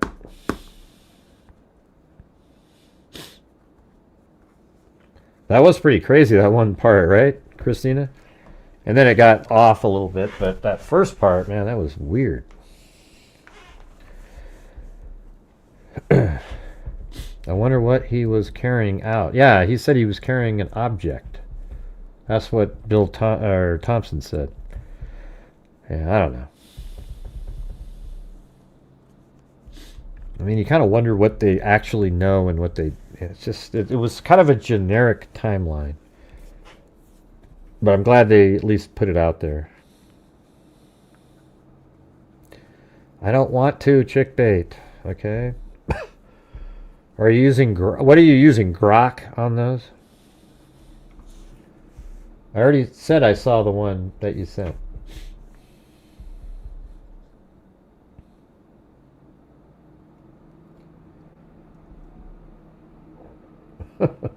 Oh, this one. All right, here we go. This is AI generated. Okay, there is Proberger with some groupies. All right. Let me guess. Use Grok. Yeah. Okay.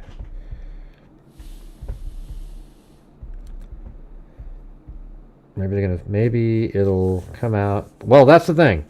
When Proberger tells his story, I think he wants to say that it wasn't their great investigation. I think he'd almost want to say that he left it there as a calling card, and he doesn't want to give credit to them. Maybe, but he wouldn't also... I don't know. What do you guys think? Do you think he would admit to them that he left it there intentionally if it makes him look bad, or would he want to say, oh yeah, it came off in a battle, make it not his fault? But he knows inside his mind. I think if he left it there intentionally, it's going to haunt him for the rest of his life, knowing that he is the idiot that was responsible for intentionally leaving it there as a calling card, and he thought he had it all cleaned, but he missed the spot. Man, Proberger is unlucky. Yeah, I've compared him to... I made a video a long time ago comparing Elliot Rodger to Proberger. And then I made a video really early on comparing him to Ted Bundy, which everybody seems to have glommed onto. Oh, look what I thought of, and this case will get old at some point. Well, now it's... I mean, I'm going to make videos when... Like I'm going to put out the one where he does this little back road over here. No, not there, over right there. This route right there I filmed. I think I went this way though. And then out. And then the timing works perfectly to get to the 302 over there. For example, when his car is spotted right here on Stadium Way, if he went to there and drove out, he would have been way ahead of that time. This is much slower doing this because this is a highway right there. So he went, slow through here. By the time he was there, if you'd gone down here, you would have been like over in this area, like 2 minutes earlier.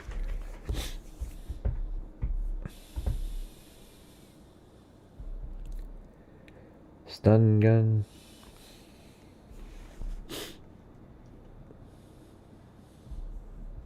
I did film that. Let me see if I have the...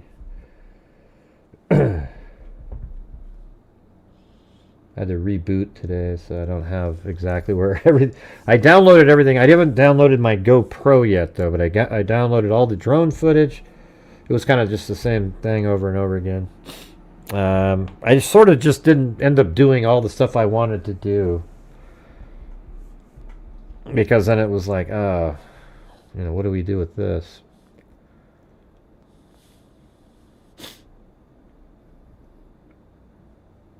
Yeah, so I guess these are all...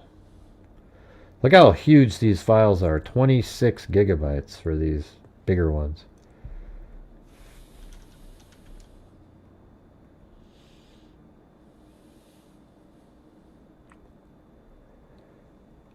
Yeah, maybe I'll just bring all these in and see what's up.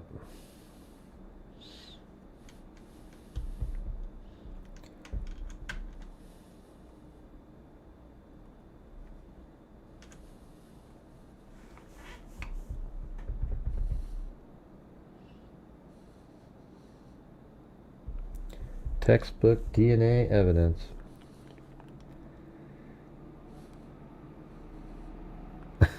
Isn't that crazy, Alan? I mean, it's almost this. Look at my face right there. Yeah! Jesus. See, there's Proberger's house. That's where he lived, right back in there. I'm driving away right now.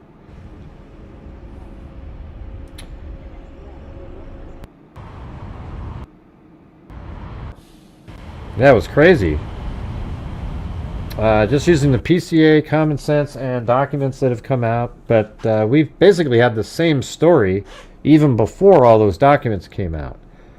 I already would tell people that each time the launcher comes in, it's going to be on camera. And that's exactly what it was. They showed us that. I really wanted there to be a trial, though, so we could get all of the information. Wait, is this over there? Okay, let's see.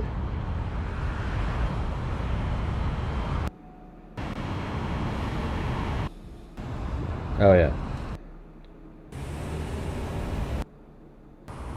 All right, so this right here, watch, where I am right now, this is going to be Nevada Street, right here. Okay, so let me show you where I'm at on the map. So we are right here, like this. I just drove up there, and we're on Nevada Street. Right here. See that? And I'm turning right onto Nevada Street.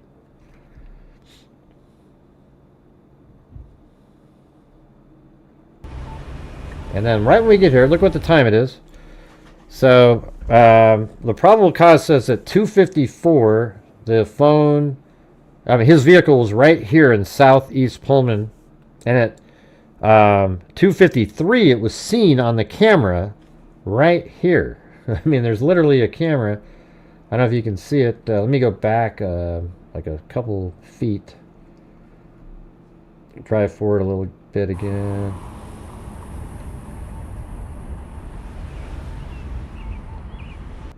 Yeah, there's cameras up on these. Right on top. Like, I think that might be a camera right there. But it films right there. There's one. That's obviously a camera. So it shows the car going that direction. And I think it was at 2:53. And at 2:54, the vehicle's still in southeast Pullman. So watch this. So let's go right here at 7:41. You guys do the math, all right? So let's pretend it is 2:53 right now, all right? And if it is on my clock, it's 7:41. So that means we'd want to be at 15, I guess it would be in 8 minutes. 3:02, I guess that would be 9 minutes. So that would be, and I don't know. See, I'm driving quicker than he would probably drive too through these neighborhoods. So I don't know. Let's just say 2:54, all right? So 2:54, you add 8 minutes to my 7:41 here, and that would be 15:41. All right, so here we go. This is what he did, I think. It's crazy. It's a crazy route. Look at this wild route that he took in here. Because they said he went southeast on Nevada Street, and then he just disappeared. So look what he did in here. I mean, look what he's doing. He's driving. He went like this, and now this long straightaway right here. And then he's going to turn right up here. See this? It's wild.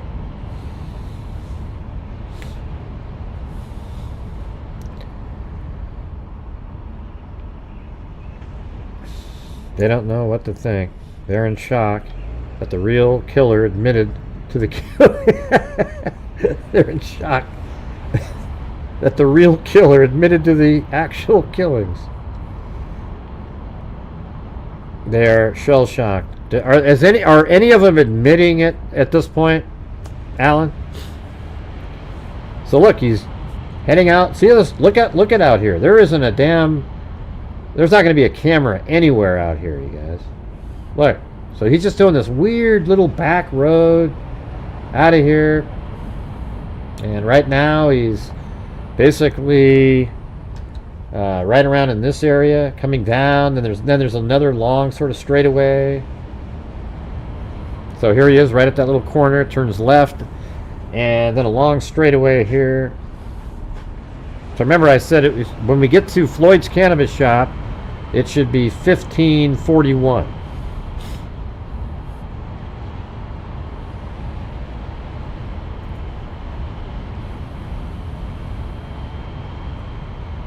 Dragging the ambush of the fire. How do they do that? The ambush of the firefighter had something to do with Proberger, huh? Wow. But look at this route here, you guys. There isn't a damn camera anywhere.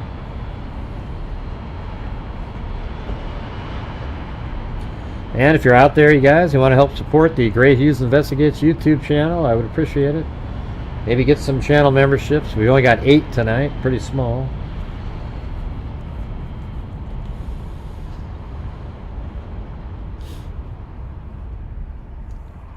If we get 5 more channel memberships, I'll donate the other 5 that I can give out. But come on, what do you grade these cameras, man? These are freaking amazing. Look at that.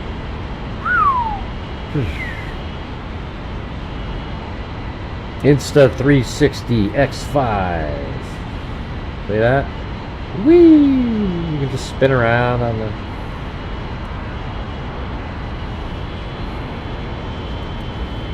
No, it's a Insta360 X5. That's amazing. Like, you can just be like, oh yeah, what's back there? And watch this. Boop. You stop the video, and normally you go, oh shit, okay, I can't look. Watch this. Okay, so right there, you notice there was a hawk. I mean, it's crazy. You can, like, at any point, every frame, you can look and stop and look completely around. Every frame is that big. It's 8K each one. Hey, welcome, Lodal Mama.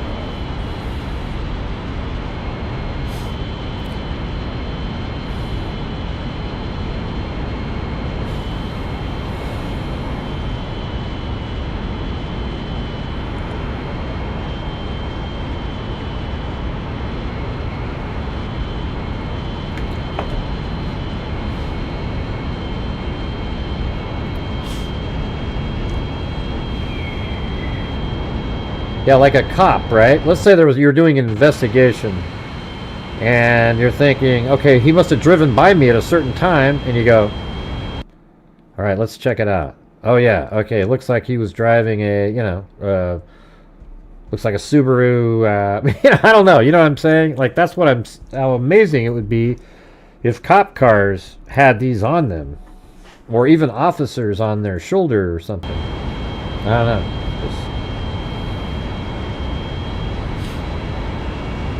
So we're waiting till we need to get to 1541, and we got to see if we're near Floyd's Cannabis Shop. You know, see, it's like 8 or 9 minutes.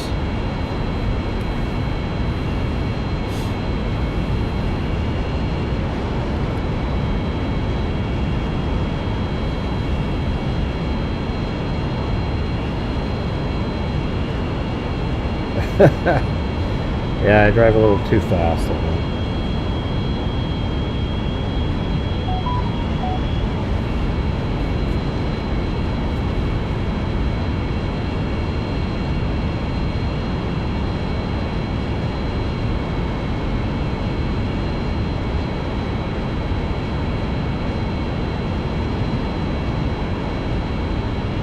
So when you zoom in, it's not really that clear, but you know, you can see it nicely from there. That's a cell tower right there. And by the way this works is, this is a good way to show you. Hold on. Now I got to remove this stupid. God.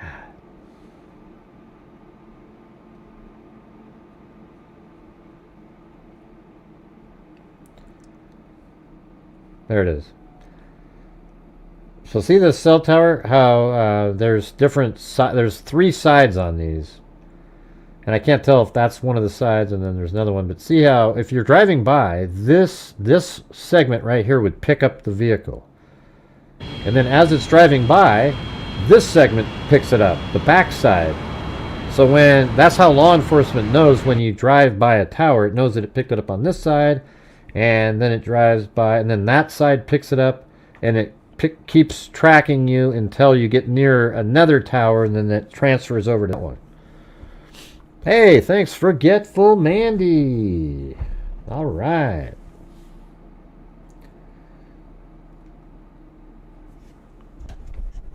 Let me do a gift the other 5. I got 5 more freebies to gift out, and then after that we're back to paying for the 5 that I give out.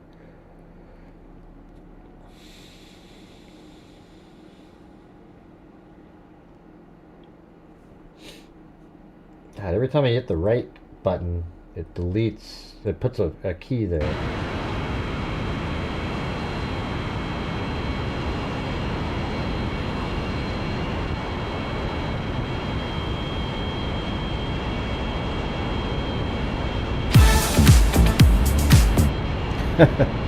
Exciting and new. Come aboard, we're expecting you, the law. Let's see.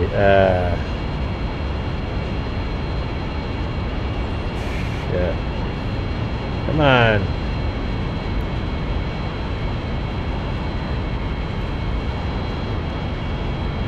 There we go.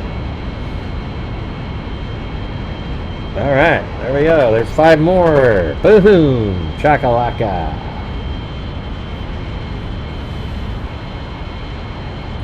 All right, we're currently on the clock. It's 13:40. Yeah, that's pretty cool, isn't it, M10? Look, you can see right there. That's what it looks like on top. There's the pole and the camera's on top of it.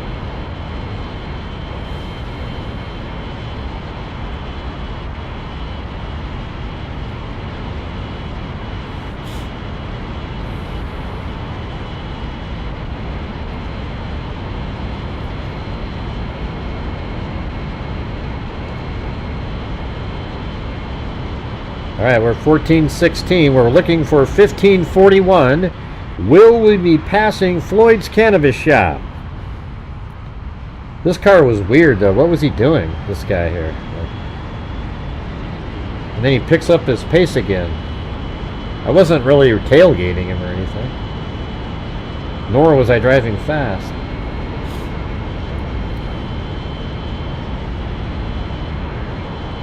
But isn't that cool to even be able to look at what we just looked at? I mean, like oh wait, I can look back at the car that...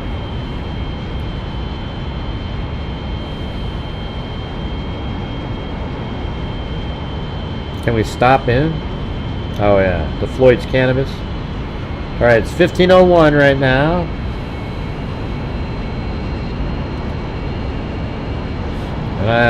I'm just gonna... Right when we're passing the green building in the front there, I'll hit the pause button.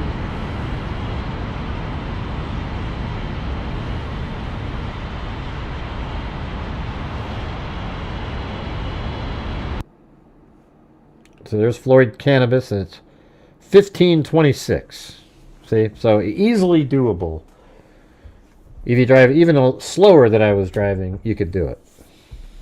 So there you go. That's the Floyd Cannabis Shop at 302. Remember Ann Taylor? You know, don't make it seem like it's a big deal. It isn't a big deal that it's at 254 and not 243.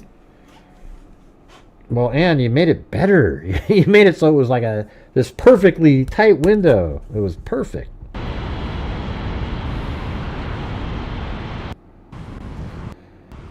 Let's see. I'm just moving it forward. Oh yeah, look at we're on Linda Lane, not Linda Lane. Wait, not Linda Lane. Indian Hills Drive. So this is basically what I'm showing is how we got there that night, right here. He drove into town, went to Highway 95. There was some time that's missing there, probably 10 or 15 minutes. Then he drove up here on Palouse River Drive. Then he takes a left at this sign up here. And, I mean, it really shows you how nothing's far away. Because right now it's 24:31 on my time frame here. And let's see how far we get by 29:56 when the video ends, which is only 5 minutes. Oh, that's right, I had to turn around up here. So it's probably going to kill some time. I actually went back over here and drove it again. I knew I could splice it together. So there you go, there you go.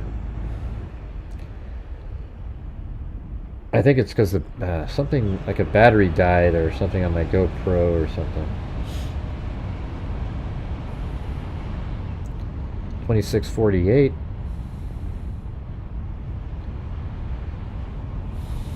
Yeah, I wonder what the clown, what kind of videos he's going to be making now, with his little spider eyes. And yeah, I mean, what kind of conspiracy can he conjure up at this point? I always say to people, why are you watching an actual clown? What made you watch a clown and believe it?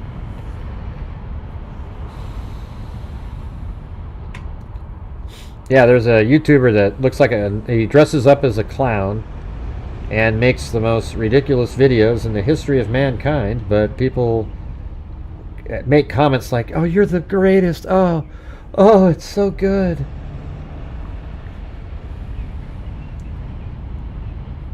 I didn't go to the pool party. That's not really, I don't think it's relevant to the case, really.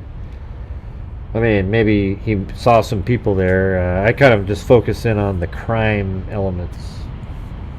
But now I wish I was back there again. I mean, look how cool that looks out there. To drive that other route on the side of Highway 95, I've actually never driven there before.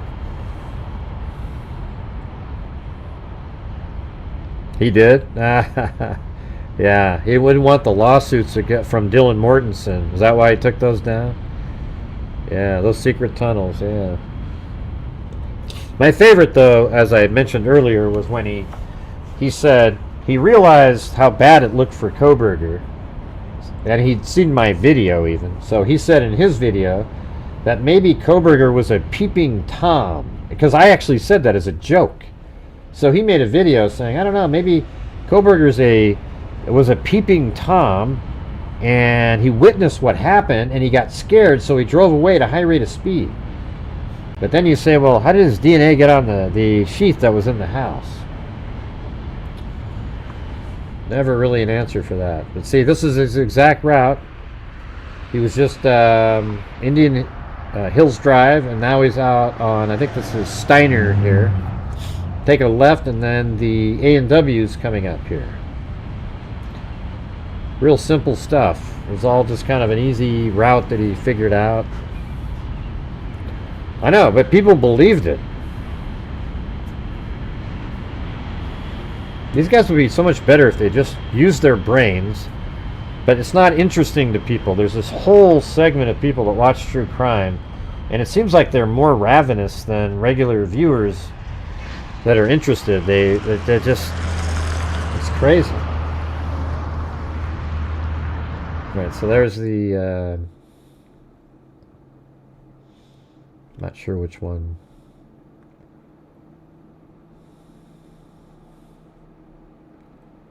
This one? What's this one do?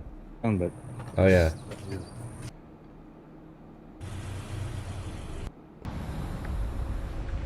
Oh yeah, check this out. We actually attempted to park where he may have parked on those. There was 2 or 3 times where he drove down, but he didn't go far enough to go onto the Linda Lane camera. So he was right here, we think. He parked for a while, and check it out. That's actually the ground of 1122 King Road, and that's the retaining wall back there. I mean, it's insane. It's crazy. Like, from that position, especially that time of year, you could watch the house from just being parked right over here. Man, you can almost read that. That's my CIA badge right there, you guys. Make sure to pretend that that's what that is, you guys. Proberger's out there. That's my CIA membership badge. Okay? And unfortunately, it shows up in the video. I just want to let you know now. You can go ahead and compare it to other CIA badges out there. Yeah, there's the... That's where the house was. Don't you think that's a little strange? Pretty interesting, right?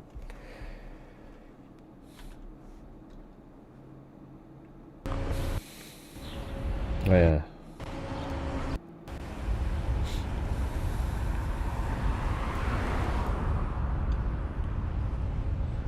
Why not, Mountain Cat? I don't think you understand the case to make a comment like that. So I'll show you where it would have been.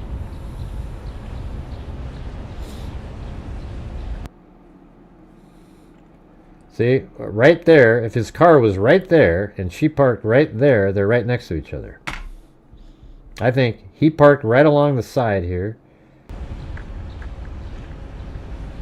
Almost where that car is, maybe even right where that car is, and she was just parked right there.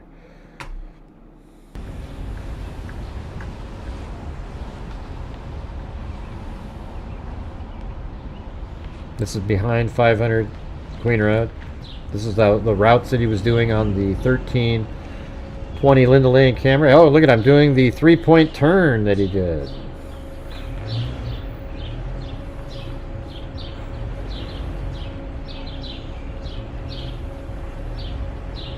This is what he did, his 3-point turn at 4:06-ish or something. He came back there, did a 3-point turn, and then he drives back down here. Headlights are hitting 1119 King Road, and then after, unfortunately, we had a car driving by.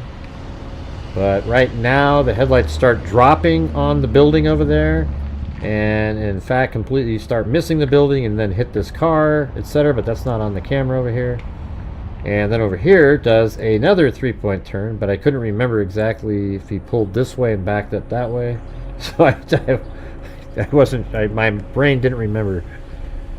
So I paused, wondering which one was it. I thought it was this one right here. The 3-point turn. Just like that. So this is what it did, not what Bill Thompson said. See, that always makes me feel weird when, like, you're listening to a guy that's supposed to have this shit dialed in and can't really even articulate it. Then you're coming around here.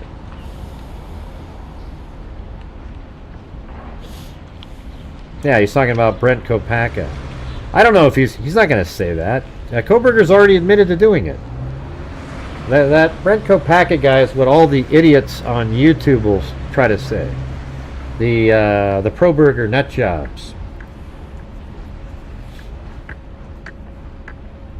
Alright, so then right back here, you know, maybe he parked right there or along a side here. We don't really know.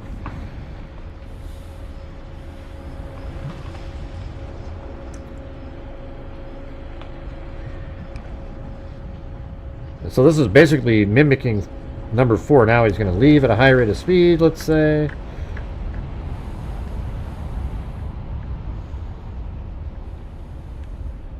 And by the way, 25 miles an hour does look fast there.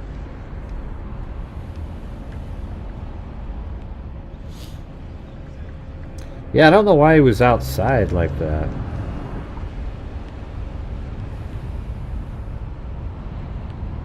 Oh, I guess this is not past number 4. This is like, I'm not sure what I'm doing on this one. Don't remember.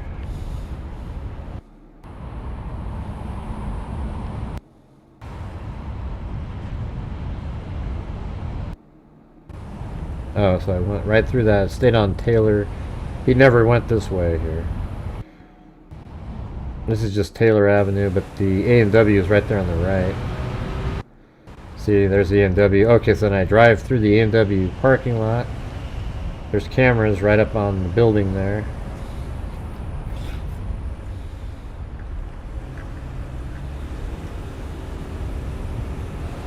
mean, is this even interesting at all to you guys, or? I mean, I know most of the freaks have seen this stuff 1,000 times. This is new footage, though, you know.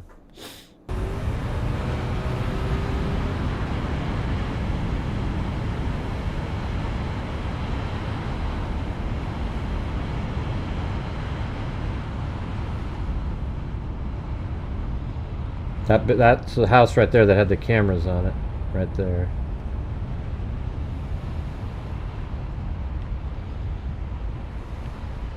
It's a nice drive.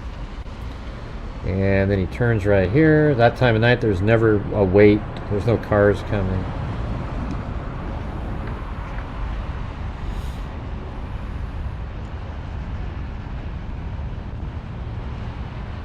A lot of construction going on. And then right over here, if you look down this street right there, it is Linda Lane. Oh, I actually drive up there, so that's interesting. This is the Linda Lane camera that picked them up, and this is that dumpster that they go, ooh, they threw the knife in the dumpster. I mean, what idiots these people are. Anyways, there's a camera right up here that filmed straight down that road and showed the Elantra driving by at 3:29. Can you go back to the 1122 King Road address? How much of a drop is there between where you think he parked for him to drop down onto the driveway? Oh, it's like I actually walked it with my GoPro camera. It's only like it's like 2 feet walking down there. It's nothing.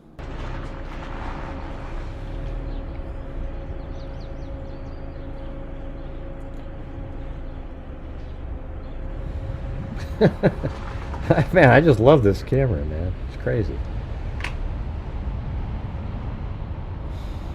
I mean, you can even be like a person and look this way and go, hey, any traffic coming? Any traffic coming? Oh, let me go.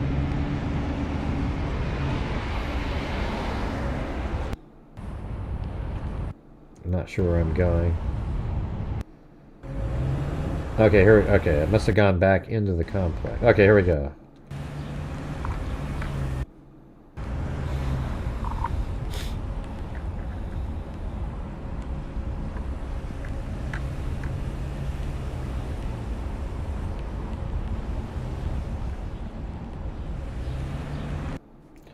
Yeah, like right over here, it's so short. You just park and you just kind of, like, on the other side of that tree right there, which would be a good spot, you just step down a couple times and you're right there on the ground, and it's not hard at all. It's right there. So I think maybe parked right there, and she parked right in here and could see him.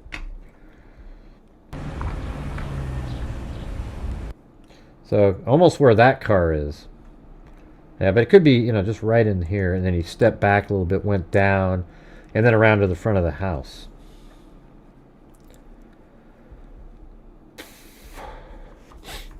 Wonder how Ann Taylor feels. Gray, do you think that this was possibly Ann Taylor's plan? I do now. I was thinking that earlier. Hey, we got... I do think that. I think Ann Taylor has probably known that he was guilty for a long time. I remember hearing somebody say, I don't know if it was Steve, that she was trying to get Proberger to agree to a plea deal like a year ago, because she already knew he did it. So that's why it's like she's lazy, though, because, like, why aren't you looking at everything? All the videos and everything. Maybe you can find something that you could twist to help your client out, but you didn't do that. You didn't do that. So, like I think earlier on the show, I said that I think that they had conversations like, Brian, their information is really strong on you. We're getting nervous that you are, you're going to be found guilty and get the death penalty. And he's probably like, Yeah, but we can. And then they tried all these different things. They tried everything. They threw the kitchen sink at it. And they worked on all the mitigation experts, hoping that something would be there. The four, what do you call those? The four alternate suspects. Let's blame Dateline and say that we can't have a fair trial. Let's try to get it delayed and delayed. And when the judge ruled against all of those, I think that was their cue. Like right before that last ditch attempt to delay the trial, to get alternate suspects included, they probably said to Brian, "This is all we got left. This is our last shot here. Now we have nothing else. We have no..." Because I've told you guys, this entire time, there has been nothing that's come forward that's remotely helped Proberger's case. That man, that's interesting. Maybe that is something, you know what I mean? There was nothing. And Taylor knows that, too. So I think that was their last ditch attempt. And when the judge ruled against the four alternate suspects and told them that the trial was likely going to happen right when it was supposed to happen, they looked at each other, their heads perked up and everything, because I think that was the cue that their next conversation that those people are going to have is to start talking about a plea deal. That's what I think.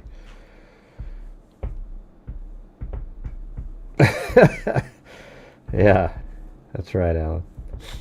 You're probably right. He's a narcissist. I couldn't believe that the four suspects they named were already ruled out. Yeah, isn't that wild? But they probably did it because the YouTubers out there were probably like, "Oh yeah, check these ones out." Yeah, remember she kept... well, it's not even retrospective. That's all she ever talked about was the mitigation phase. That's all she kept talking about. And I think, as I said earlier, that even in the mitigation part, she goes, "Man, I don't think your mitigation is going to be strong enough to avoid the death penalty here." And I think Proberger, after seeing the writing on the wall, realized that the only way to protect himself, while he didn't give two shits about protecting anybody else, he killed 4 college students. That's what sucks about this, is that Brian Proberger absolutely deserves the death penalty. And I wish the death penalty wasn't the way it is. I wish it was an eye for an eye type of thing, where the same thing that you did to the person gets done to you by maybe a robot or whatever the hell does it, but that's what you have done to you. Like, he should be killed exactly the same way that you killed them. And I think that's how you would stop more violent crimes, if people realize that, wow, if I get caught, and I get the death penalty, they'll kill me the same way that I did something to them. All right. Oh, yeah. Yeah, Syray, yeah. Penalty phase. Is anybody even here anymore? Oh, wait, I guess I'm skipped. The comments aren't live for me. There you go.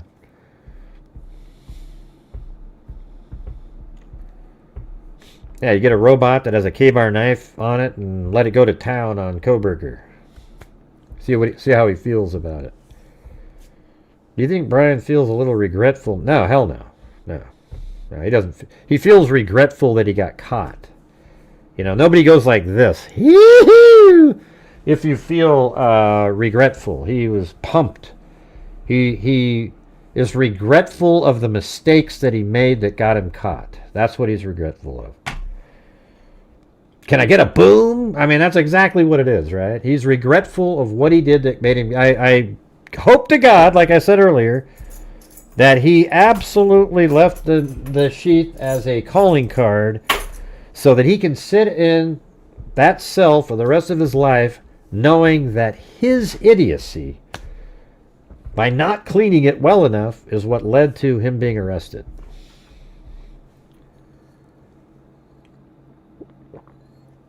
Oh, like I said before, even without the knife sheath, you can make a really strong circumstantial case, and they would have found him at some point.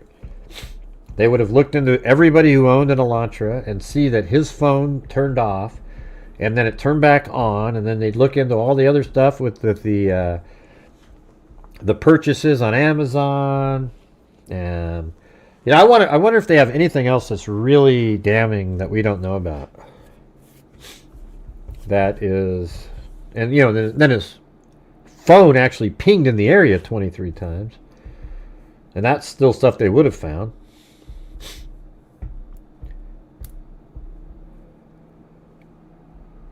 Yeah, you never thought he'd get caught. But I do think when he got pulled over twice in Indiana in like a 15-minute period, that that's when thoughts started spinning in his head. That he was like, oh man, they're on to me. And we still don't know the truth about that. Was that really just two random cops that pulled him over? Or was that them they wanted to check in and pull him over so they could report in and say, yeah, he's with his dad, or, whatever, right?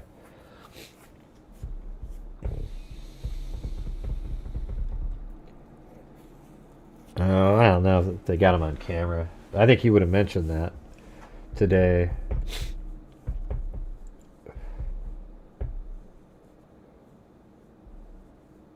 Yeah.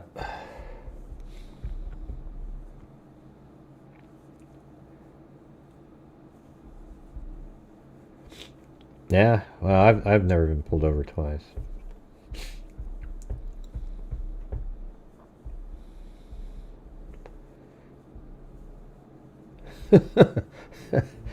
Jeez, Alan, or what's going on over there? Are you going to start something, or? I would have got a fake ID, set up a P.O. box, had the knife sheath sent there in my fake ID. And, well, you want the P.O. box to be a place that doesn't have a camera. Because if they track it down and then it's not Proberger, I mean, it's not some other guy and they know it's Proberger, it's a different name, then... Listen, the thing is if his DNA was not found on that knife sheath, the way he did it works. You buy it on Amazon and you get it sent and nobody knows who you are. However, it might have led to him anyways, because he drives the Elantra, and just checking out the cell phones of every Elantra owner, maybe in a data dump, you'd see what his did, and then he'd become more interesting, and then you'd look him up, and eventually, if you got more probable cause with him, you could get warrants to check out the Amazon, and oh my God, he purchased the same. It's interesting too, because he purchased them in late March, the K-bar knife, but he went to Moscow like in June, right? I mean, man, that's not too far after that. Like 2 months, really. Months.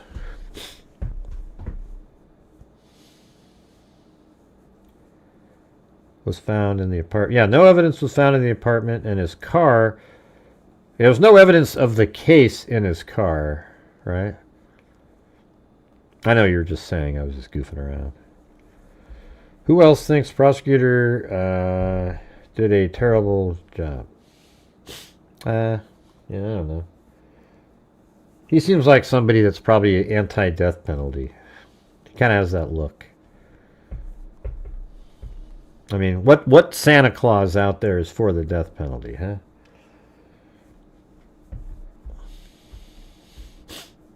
So much other evidence, digital stuff, cameras, and phone pings.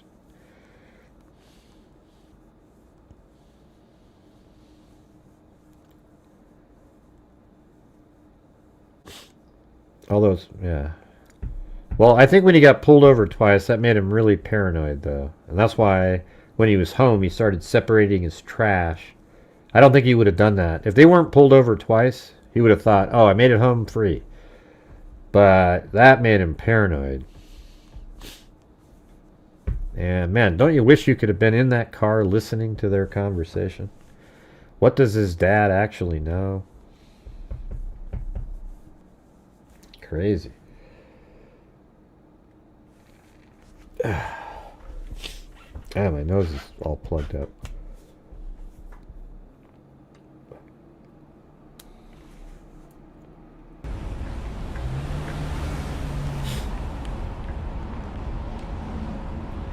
This part is always interesting to me. I don't know why.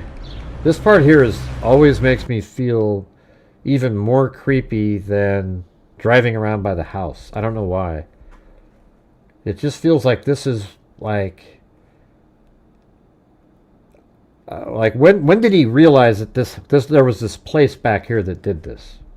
See, he must have been when he was out here on those other trips. He scouted it a little bit and drove behind and went, oh, look at that. It goes back behind. Right?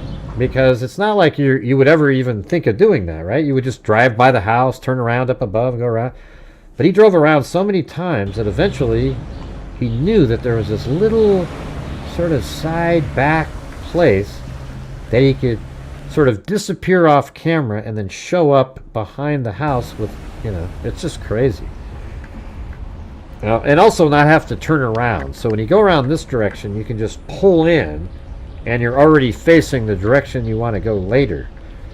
Had he pulled in this way, you'd have to figure out a way to turn around. And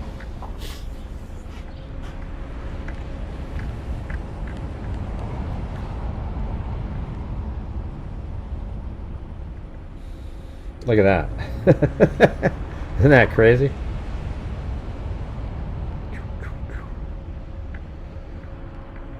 Hey, thanks Eminem. Thanks for all you've done for us. Taking us all through this horrific case. Yeah, that's shitty. Sometimes I detach myself from the horrific nature of the case, I think it allows me to think clearer. I'm not one of the people that says, man, I cried for 3 days straight. I just couldn't. It's like, how come? Are you a family member or? I think once you have something bad happen in your own life, you don't have the same sort of quick, low-level emotions.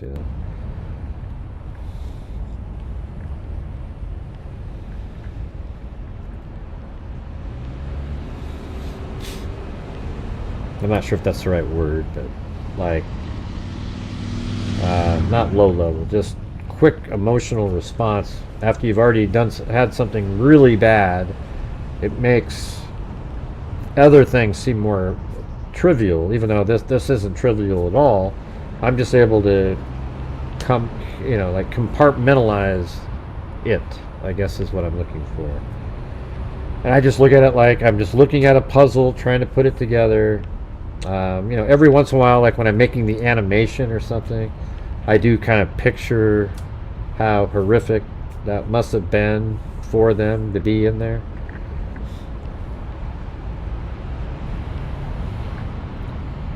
So this is when he's about to get to the Paradise Road camera. I think it's 451 if I remember right. But it's that house right there. And then he does these U-turns here. One time he turned to the right.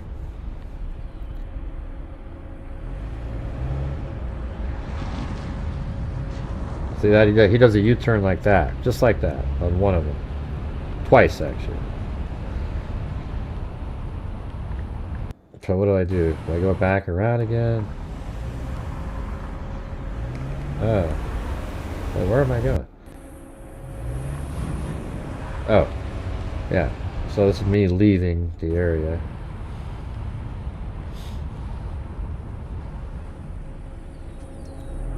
Oh, that's right, we drove back up so we could check out the police station. Look, I think. Let me see.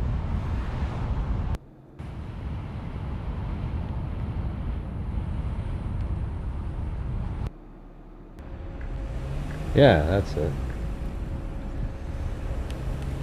So, let me see if I can figure out where we're at here.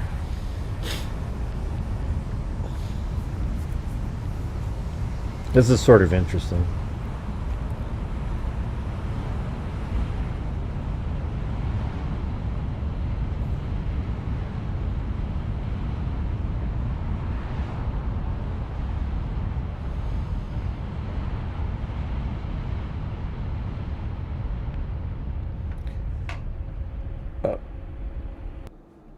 Where is this?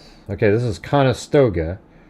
And so a minute ago, we just came down like this and turned right on Conestoga to leave. But Conestoga actually goes that direction also. So watch this. So let's see. Yeah, so remember earlier when we went and did the U-turn, or you know, that house that has a camera on it that I just showed you? That's like right over here behind, you know, back that direction. And that street is up here. That's Paradise Drive is up here. So we're just down a little bit further, and then you take the right on Conestoga to leave on Conestoga that runs into Palouse River Drive. But coming back up, well, I'll show you where it is on the map. Watch. So go all the way over here, and here is Paradise Drive, and we're right here right now, right there. Right? So we're going to go forward on the Conestoga. Now you can also take Victoria Drive here. It's interesting how it's different looking currently when we were out there, but you drive over here and you go out to the street right there, and look, there's the police station right there. There's nothing even in between it. It's crazy. So let's take a look at that.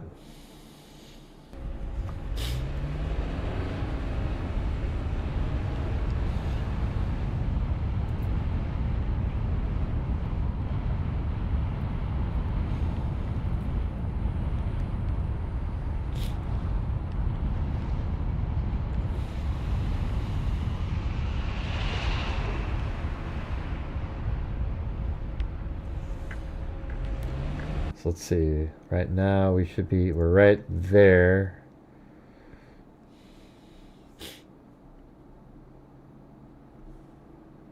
Yeah, see, they've built onto it. Isn't that crazy?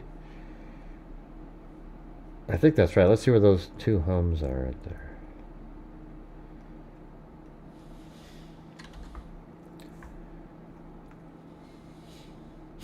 Yeah, what year do I have here? Yeah, so 2020, July 2024 is the last date of this. It doesn't look like that now.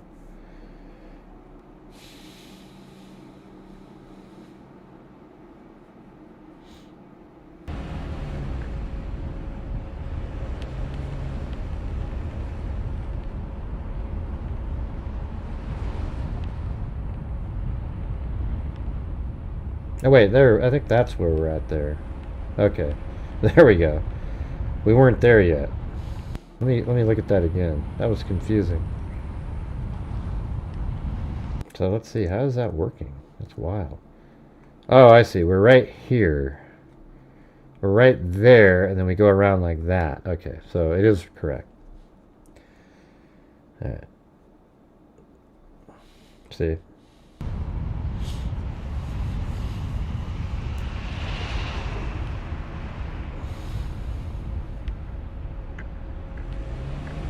A rolling stop. Oh boy, everybody. Oh boy.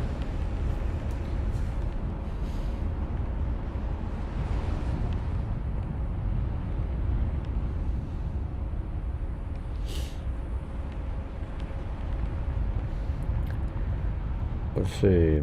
That's a cool 360, dude. You had this nailed from the beginning. Not blowing smoke. No one does realistic analysis like you. I like no wild speculation, just common sense. Imagine that. Yeah, exactly. That's what I do here. That's it.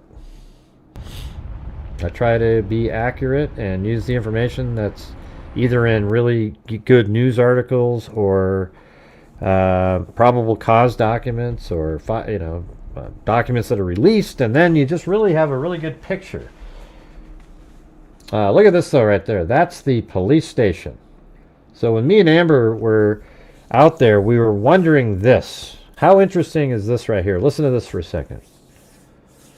You know when he leaves at a high rate of speed at 420 in 47 seconds?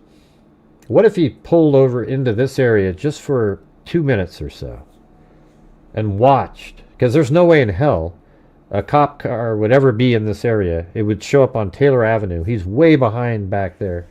I mean, look at where you're at. if somebody at this house called 911, the cops are all coming in this direction, Taylor Avenue. They're going to pour in here, and he's way over here on this side street, and he's just looking right from right here.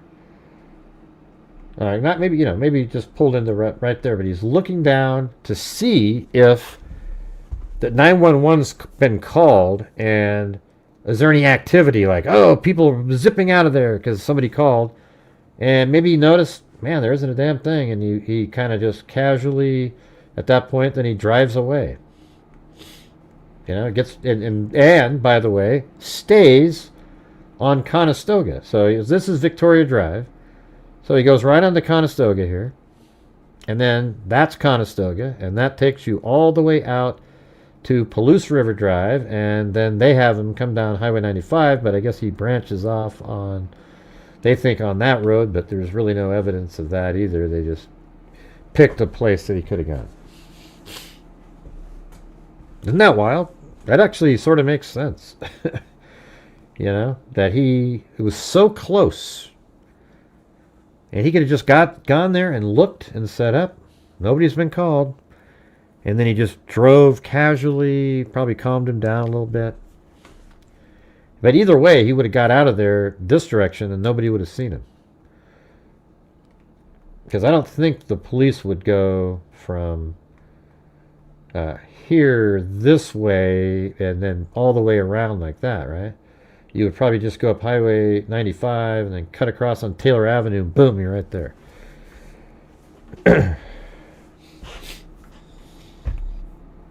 But that's just speculation. We were just like, wow, look how close that is. And also Steve Gonzalez was wondering that too. About maybe driving around and it's so close to the police station there. I remember people thinking that he was over here. When he was driving in, he was looking at the police station, but that doesn't make any sense to me. I mean, what's he going to be looking at? Like counting, and he didn't stop. His car never stopped. It just kept moving. There's nothing to be looking for at that point. Yeah, that's right there. See? That's crazy. Isn't that weird? So like a minute ago, our car right now is like right up here somewhere. Let's see, what's that street?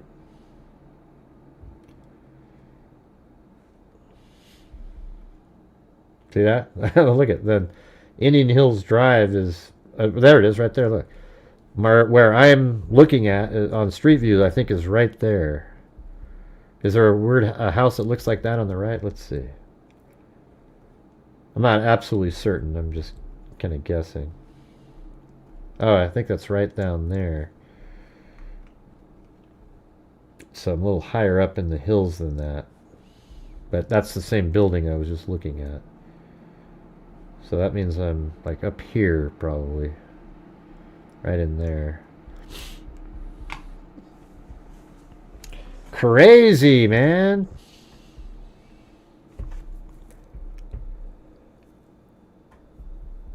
Yeah, I've heard that whole noise complaint. He wasn't, apparently a female called in the noise complaint.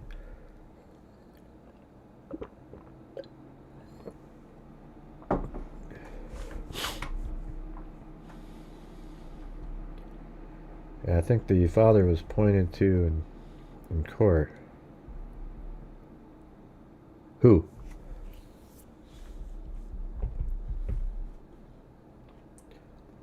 Let's see if there's anything out there.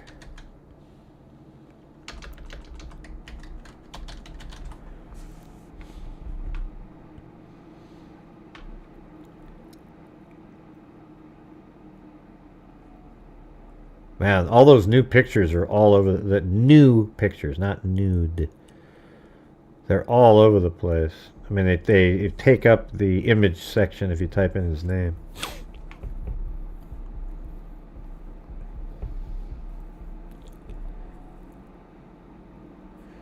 Yeah, look at this. Prosecutors reveal chilling step-by-step account of the murder, which has been stated on Grant Hughes Investigates channel for 2 years now. It doesn't say that, but they should. Okay. Brian Koberger's first two victims were sleeping when he stole into the off-campus house. What do you mean, stole? Who wrote this? Yeah. So cool, we can all use these images since they were the pool camera. Now, he's the person who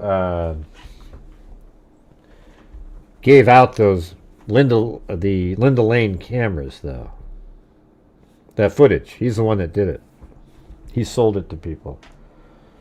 I'm not sure what his problem was. What a loser. Jesus, that guy.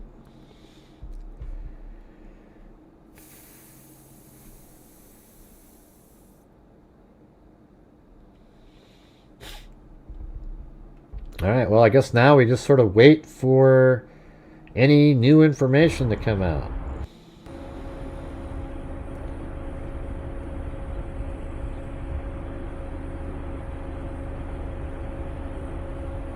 There it is.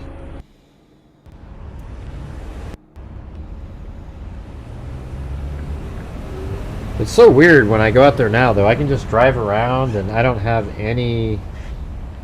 I know exactly where everything is, and I was there less than Koberger was. I mean, he probably went each night. He would drive around and around,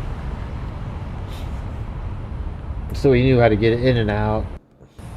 I mean, it was kind of a clever location. Like the back portion isn't the main part. The cops probably hardly ever drive back here compared to the campus area. So I went here again, right? That's right. Because right there you can really see it again. So you could have just pulled over right here even and looked over there. I think that's the... let's drive around over here. Oh, man.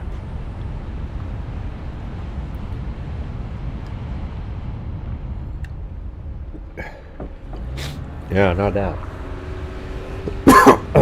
Hey, thanks, Richard Watts. Yeah, he was there for months.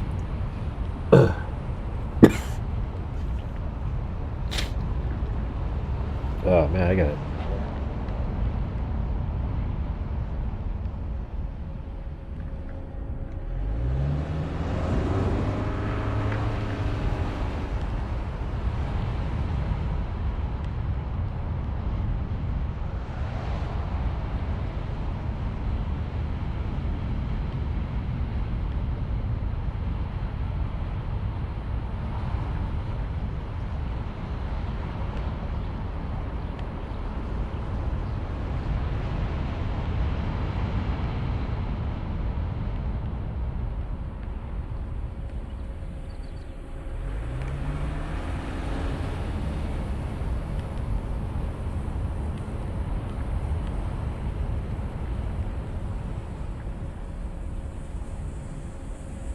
I just had like, I don't know. I have this air conditioning. It seems to blow all the stuff in my face.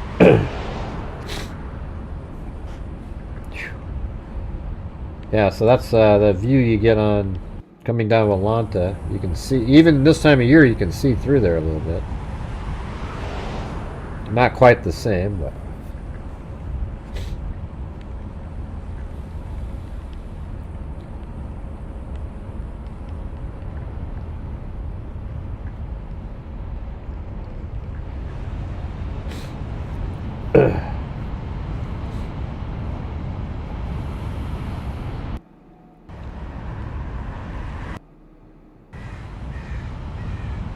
Wait, did I go down there?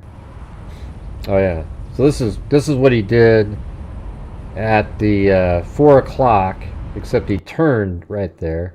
That's the only time he did that. A camera picked him up right there, coming down, and then he drove this direction up this road here, and that's the only shot that he has. The front license plate and the make and model of the vehicle were determined. He'd never been on that street other than because of the DoorDash driver. Hey, thanks, Alan. Look at that. He gifted a membership to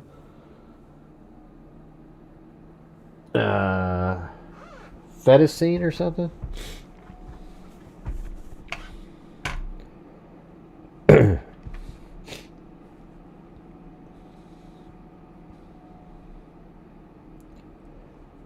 All right. So anybody have any questions or anything? I think I did have something else for. Well, let's watch that one.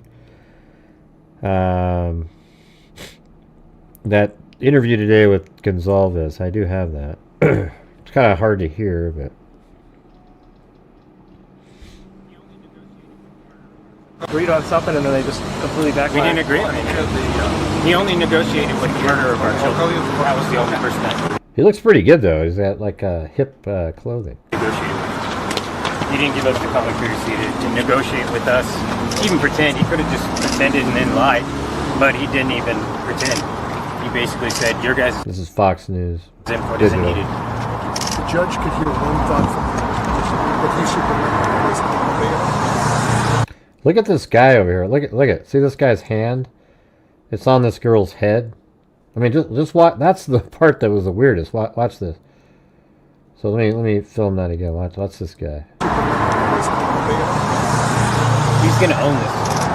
He's going to inherit what Thompson did, and he's the only one that can fix it. He's Is that like her cameraman or like the who is only that one guy?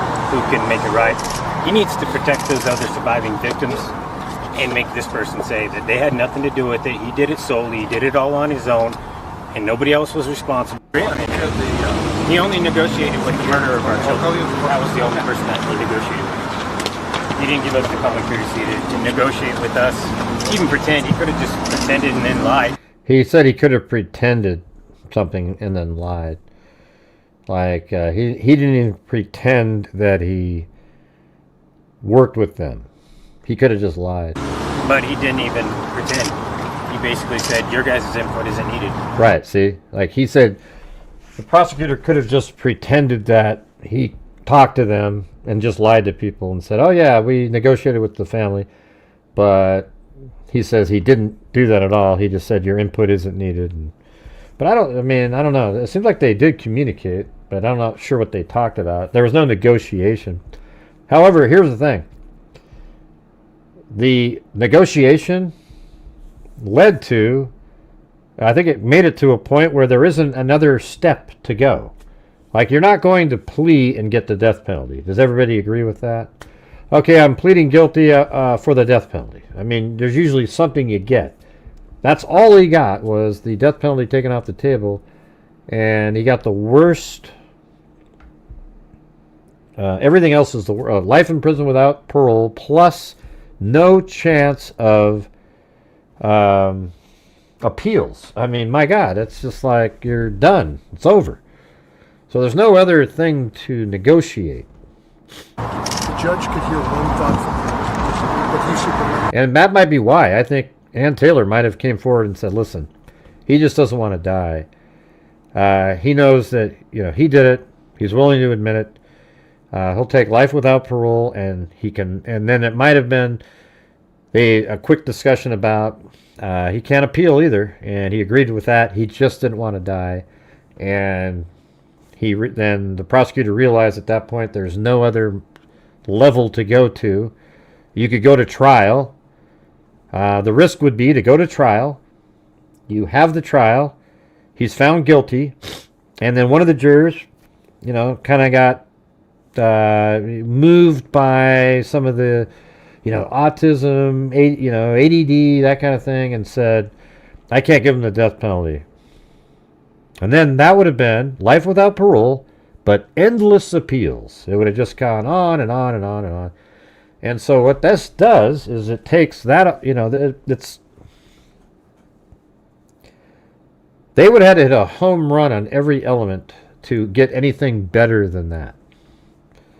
You could look at it like that if you want to. I am with Steve's side. Like, I think, if all four families agreed that they wanted to take the risk and go for the death penalty and be willing to have all those years and stuff like that, then that's what you go for. But there were two families that didn't want to do that. And I think at that point, it errs on their side. Don't you agree with that? Because are you really going to force two families that are not, they do not want to do it. They have other children perhaps, and they want to be able to move on to a new chapter and start living their lives again at some point.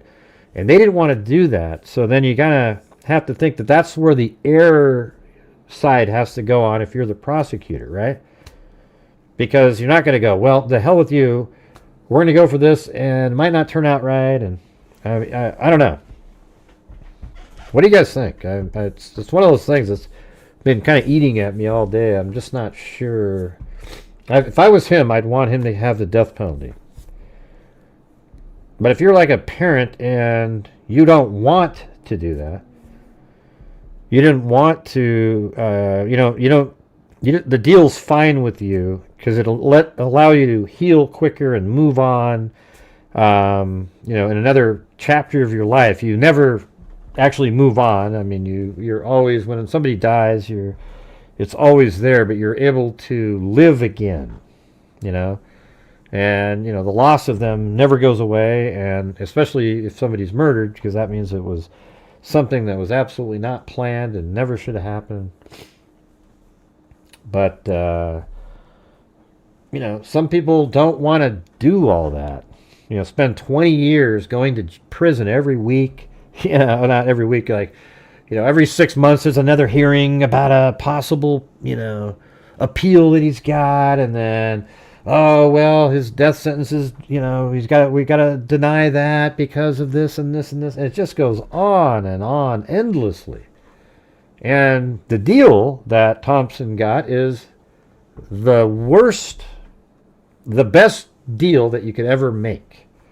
Other than, oh, wait, we got a deal for the death penalty he took. I mean, that'd be crazy. Nobody would do that. Hey, thanks, Swan, up there. Appreciate that. When you were listening to the prosecutor go through the timeline, didn't you say, man, I've heard this all before, like 100 times? That's what I was thinking myself. I was thinking, I've made like videos that say this. Well, the death penalty is good for bargaining, too. And some people deserve the death penalty. The only problem is it's like 25 years later. It's like, I mean, death penalty, I think the death penalty should be rare and only in cases of, this type of magnitude, but with specific evidence that is absolutely clear and there's no out for the suspect. And this case is close to that. So that's the thing, is does it meet all the criteria where there's no chance? If he didn't confess. We know now, I've known, it's obvious. It's like 1 in a billion that somebody else did it. So you're saying there's a chance. Before, now there's 0 in a billion because he's admitted doing it. Never heard of Pee-wee? No. Who's eating you alive, and you know that... hold on. What's this one say? It may not happen for 20 years or so, and it will be so ongoing. Maybe the plea is an end. Yeah, I agree with that. However, don't you guys agree with this? If all the family were on the same page and wanted to go for the death penalty, then that, by God, that's what the prosecutor should do, right? Because they're willing to take that risk to, whatever the outcome is. But if any of the family members do not want to do that, I think you kind of have to get the best. If you have a plea deal like this one, you got to kind of take that and err on the side of that one family member, the one family that was okay with the plea deal. because you don't want to force a family to spend all those years going through hell just so the other families could get their pound of flesh feeling kind of thing that might happen or not, because you go to trial, and like I said before, if the death penalty is not agreed upon by the jury, then now you're stuck with life without parole with endless appeals by the person, and this avoids that. See? So basically, you would have had to hit the home run with the death penalty, guilty, and everybody agreed on the death penalty, which is, there's a good chance they would have voted for that, but you never know. Because I think if Bill Thompson was on that jury, he would say no, because I think he's actually an anti-death penalty type person. Ironically.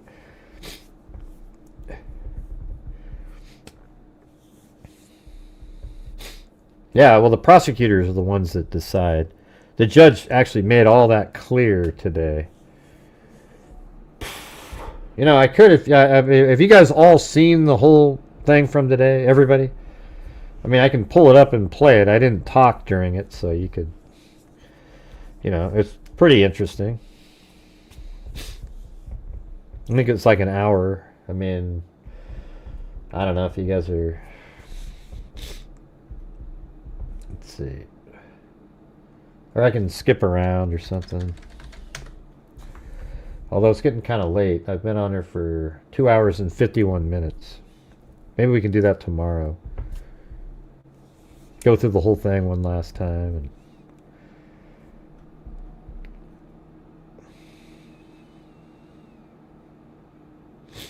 right. Well, he got up there and he said what happened. But he didn't say it any more than what we've said. Literally, he said the exact same words that I've said in the exact same order. It's crazy. But so I was hoping that when he spoke, there'd be some detail about other little things that they had. And I kind of want to listen to it because he did allude to, maybe we can just listen to his part when Thompson spoke. Okay, let's try to find that. Let's see. I think I...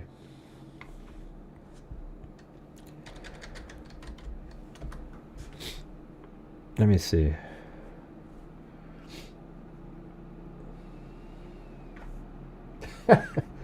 Koberger's definitely got those low ears, you guys. He's got those low ears, just like I've told you guys 100 times.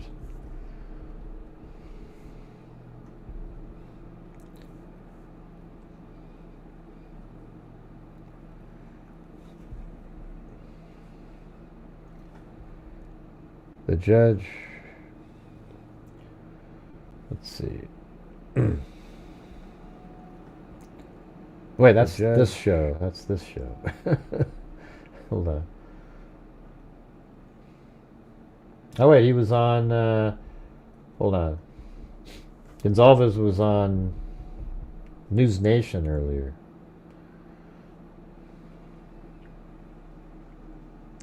Steve, you made the trip to Boise with your family. Did any prosecutors or anyone from the prosecutor's office reach out to you or anyone with your family either before the hearing, at any point outside the court, or after the hearing? The only people who reach out to me are agents that aren't part of this court system that have warned me to be careful with this court system. And shame on me for not listening. Shame on me for letting Kaylee down. It's my mistake. I'm sorry, Kaylee. I'm truly sorry that I didn't get you a prosecutor who really believed what happened to you could only be fixed with life. Fixed, you killed 4 people, and to take 1 life for 4 seems like pretty simple math. But these guys describe this as a win, even though they don't ask us what I'm still here. A win I looks do 3-hour like. shows, don't you remember? I'm sorry. I apologize to my daughter. I let her down, and it's been a terrible day. It's been terrible. Steve, I'll go on the record saying there's been no stronger advocate for your daughter than you. I get it. It's been a terrible day, but I really don't want you going forward thinking you haven't done everything. You have done everything and more for Kaylee. Look, I see the system. I know the system. Shannon, weigh in. You know the system. You're a lawyer. You're in Idaho. I haven't seen an advocate like Steve has been for his daughter in any case I've covered. Yeah. Steve is, he's a rock, right? He's a rock for the fence. We're confident in the prosecution about all of it. And, and for it to end this and completely uncalled. I'm just skipping it forward. Do you have a preview of what you want to say to this court when you get to stand up and what you want to say to Brian Proberger? I was kind of proud of my kids today because I didn't go into the courtroom, and then when it was all said and done, after Hitler tried to turn it into his secretary being busy and his lines being flooded with phone calls was more pressing than 4 dead souls that were killed in their bed. My kids came out and said they don't think they ever want to go back into a courtroom again. So I don't even think we're actually going to even do a victim statement. There's no point in it. It's pointless exercise. I respect that some family was in my position years ago, and they probably felt a lot like how I feel right now and thought that they should be able to speak and address the courtroom. Sounds like they're not going to do it. And try to fix the courtroom. They're not going to go to. They're not going to do the. The sentencing. You say stuff to the killer. I haven't gained any subs today. That's pretty crazy. Why is that? It's freaking nuts. I actually lost 4. How do you lose 4 subs when you cover the hearing well, and then you put out a video, and then you do another live stream, and you're down 4 subs? I mean, that's just the stupidest thing I've ever heard. Ah, Jesus. Just garbage. That's why sometimes I just hate it over here.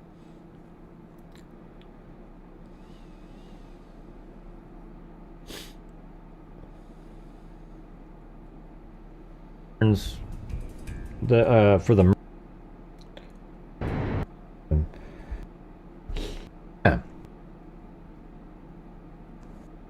Mr. Nye is here as well. Am I miss anybody?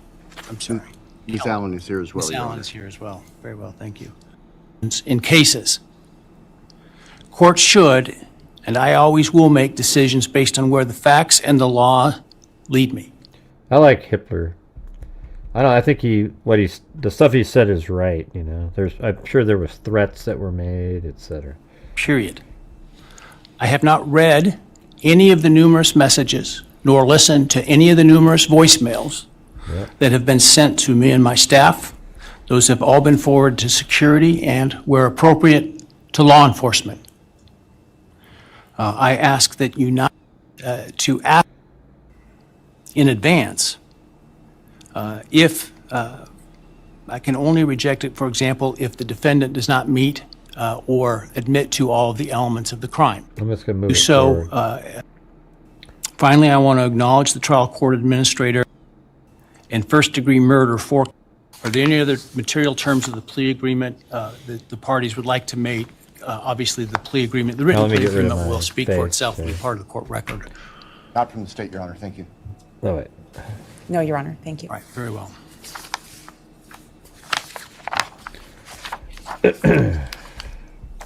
All right. Ms. Taylor, have you had sufficient time to discuss this case and all of its ramifications with your client? I have, Your Honor. Have you discussed fully with him his rights, defenses, and possible consequences to him of the guilty plea? Yes, Your Honor. Have you been able to do all the discovery you feel necessary? Yes, Your Honor. And have you informed your client of the importance of providing the court truthful and accurate answers in taking this plea today? I have. Have you apprised your client of any and all offers and counter offers and answered his questions about those? Yes, Do you consent to the entry of the plea today? I do. All right, Mr. Proberger, I need to ask you some questions this afternoon, or I guess it's this morning still. I do this to ensure that you understand, so that I am assured that. You know what's amazing is, like, right now, his face and everything, his movements are exactly the way he was when he got pulled over by the female officer and she was talking to him. His little shaking of his head is exactly the same. That you understand the nature of the look charges at- to which I understand you're going to plead guilty, as well as the possible consequences to you of your guilty pleas. I want to make sure your plea is given voluntarily, and I want to make sure that you actually committed the crimes to which you're pleading guilty, because I don't want you to plead guilty to a crime you didn't commit. If you attempt to plead guilty today, but for some reason I don't he's a accept great your judge. plea, Yeah, I think he then is. it is possible that I think people aren't just liking him because he didn't over. You know what this reminds me of? I mean, I'm not trying to do political shit again, but trying to overturn the election. When they wanted Pence to not do what everybody always does every single time, and somehow they want the judge here to break protocol in this one case on a plea deal, when the only options that he has is to ask the defendant if he's doing this willingly and he wasn't forced, etc. And if he says no, then it happens. He doesn't get to choose. It's up to the prosecutors to make the decisions on these cases. He just gets to judge whether or not the defendant is willingly doing this. You get it?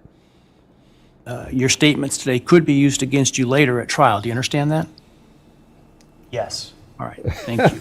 And now, while you're standing, actually, why don't What the hell's going on with this shirt here, everybody? What is this? you take the oath from the clerk? Do you solemnly swear or affirm that the testimony you shall give in the matter not given before this court shall be the truth, the whole truth, and nothing but the truth, so help you God? Yes. All right, and Mr. Koberg, just to make it easier, you don't need to stand when you speak to me. Why would Probergers contact the judge? I don't get it. Sign of respect, but for convenience, you can remain seated, all right?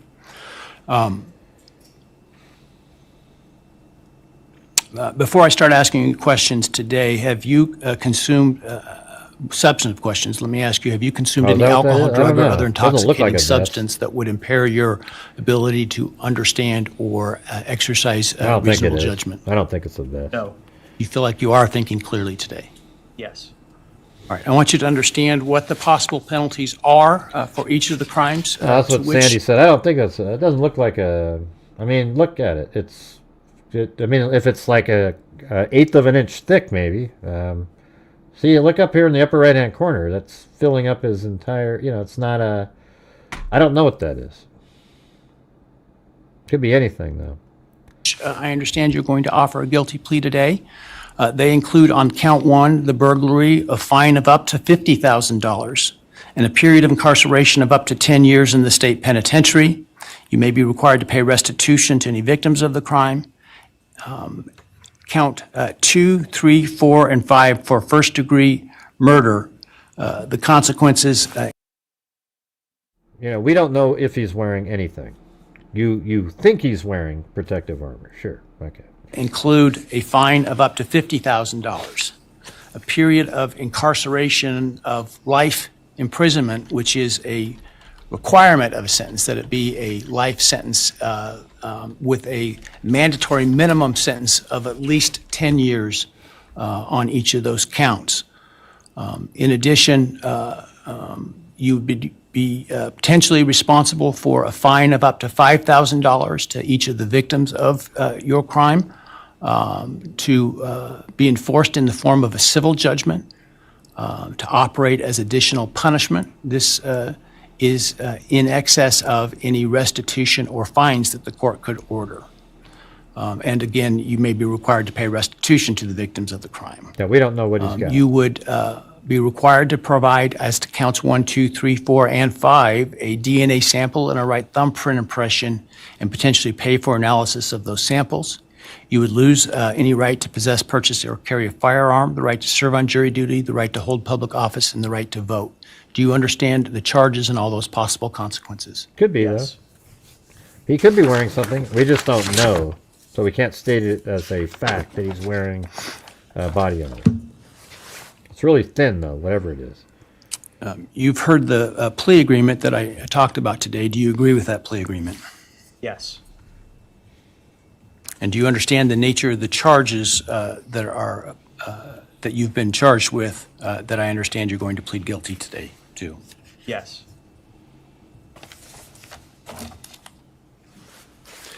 As I indicated, I'm not bound by the plea agreement, but the plea agreement is for the maximum on each count.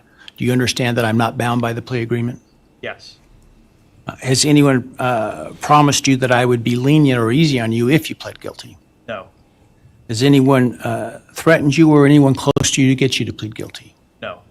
Has anyone, other than the state's agreements with respect to the plea agreement, has anyone promised you anything in exchange for your There could plea be something right there. No. I don't know.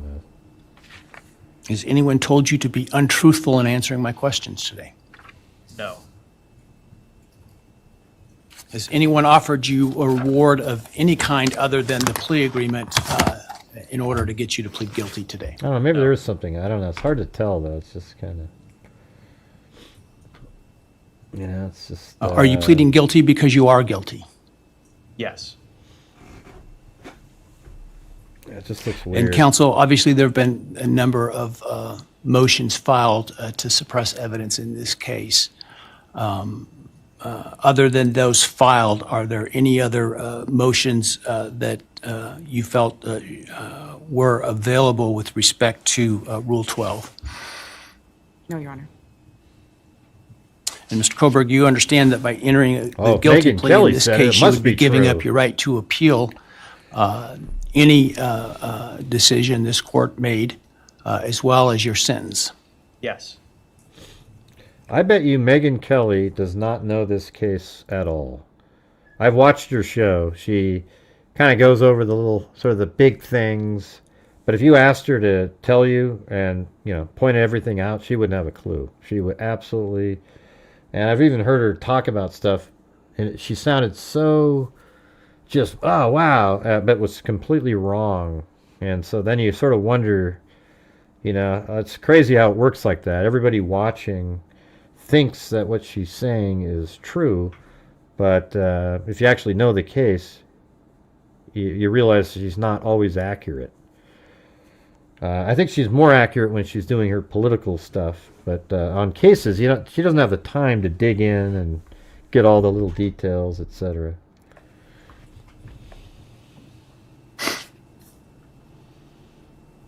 Yeah, they don't, Mike. They really don't know the case over there. I mean, even when I'm on there... Have you had enough time to decide whether or not to plead guilty? Yes. Are you pleading guilty freely and voluntarily? Yes. Given your choices, do you believe it's in your best interest to plead guilty? Yes. Have you discussed fully the matter of pleading guilty with your attorney, and are you satisfied with the advice you've received? Yes. Has your attorney advised you to your satisfaction about what your rights are, what your defenses may be, and what the possible consequences to you of your guilty plea are? Yes. Has your attorney done everything you've asked them to do? Yes. Are you satisfied with their representation of you? Yes.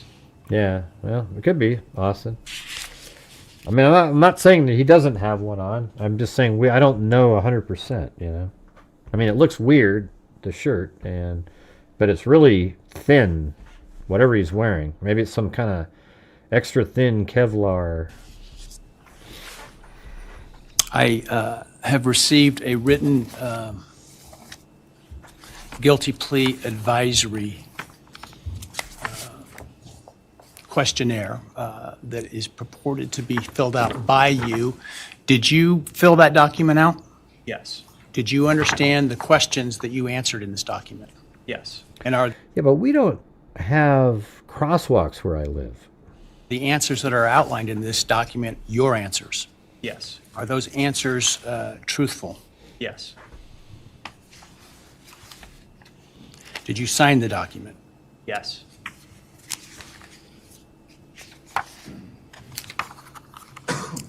And this document outlines many of the rights that you have in this case should you not plead guilty. Did you understand those rights?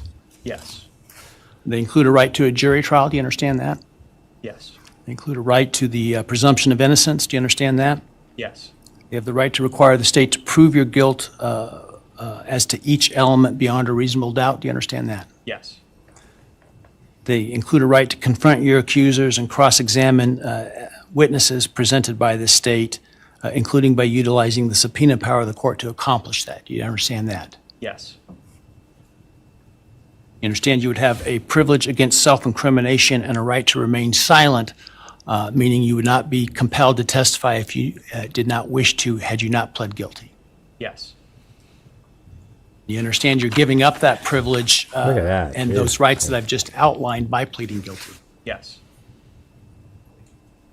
All right, I want you to understand what the state would have had to have proven at trial had you, The killer. to the crimes that you're pleading guilty to, had you,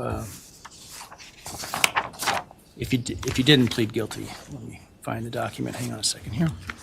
All right. Like I said earlier, he can hear great in front of him.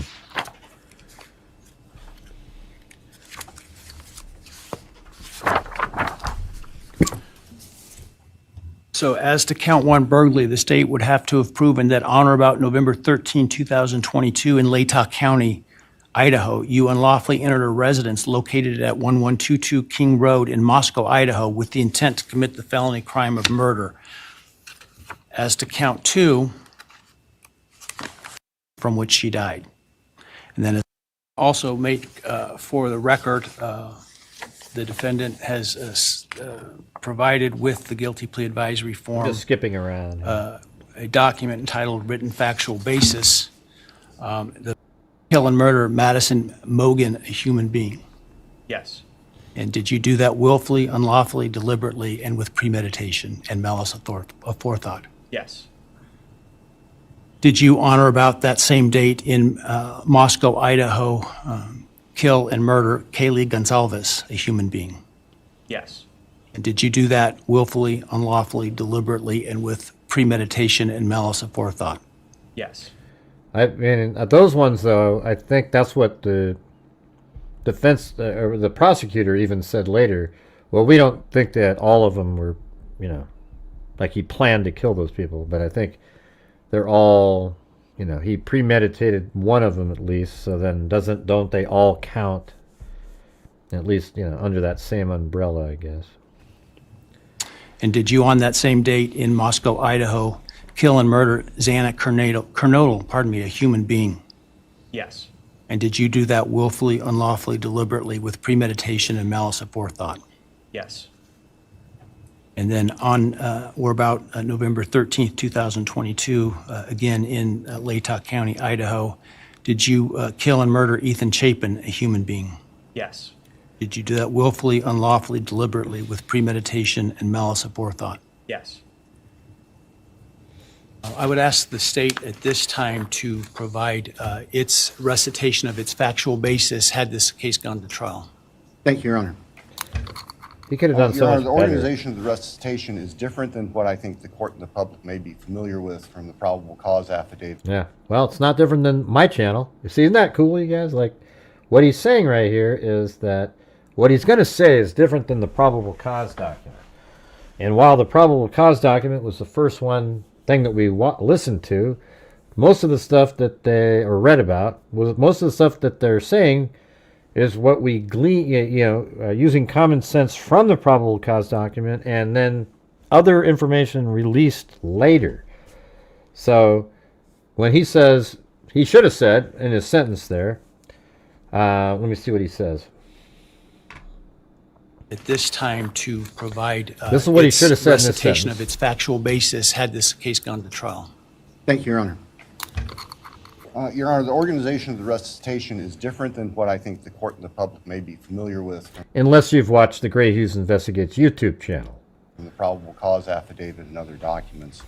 The state's evidence as an overview would show that back in March of 2022, when the defendant was residing in his parents' residence or was residing back in Pennsylvania, his home state, he purchased online a K-bar knife and sheath with an Amazon gift card that he had purchased shortly prior to the purchase we've already of the knife. listened to all this. Out on the street for collection. I'm going to go.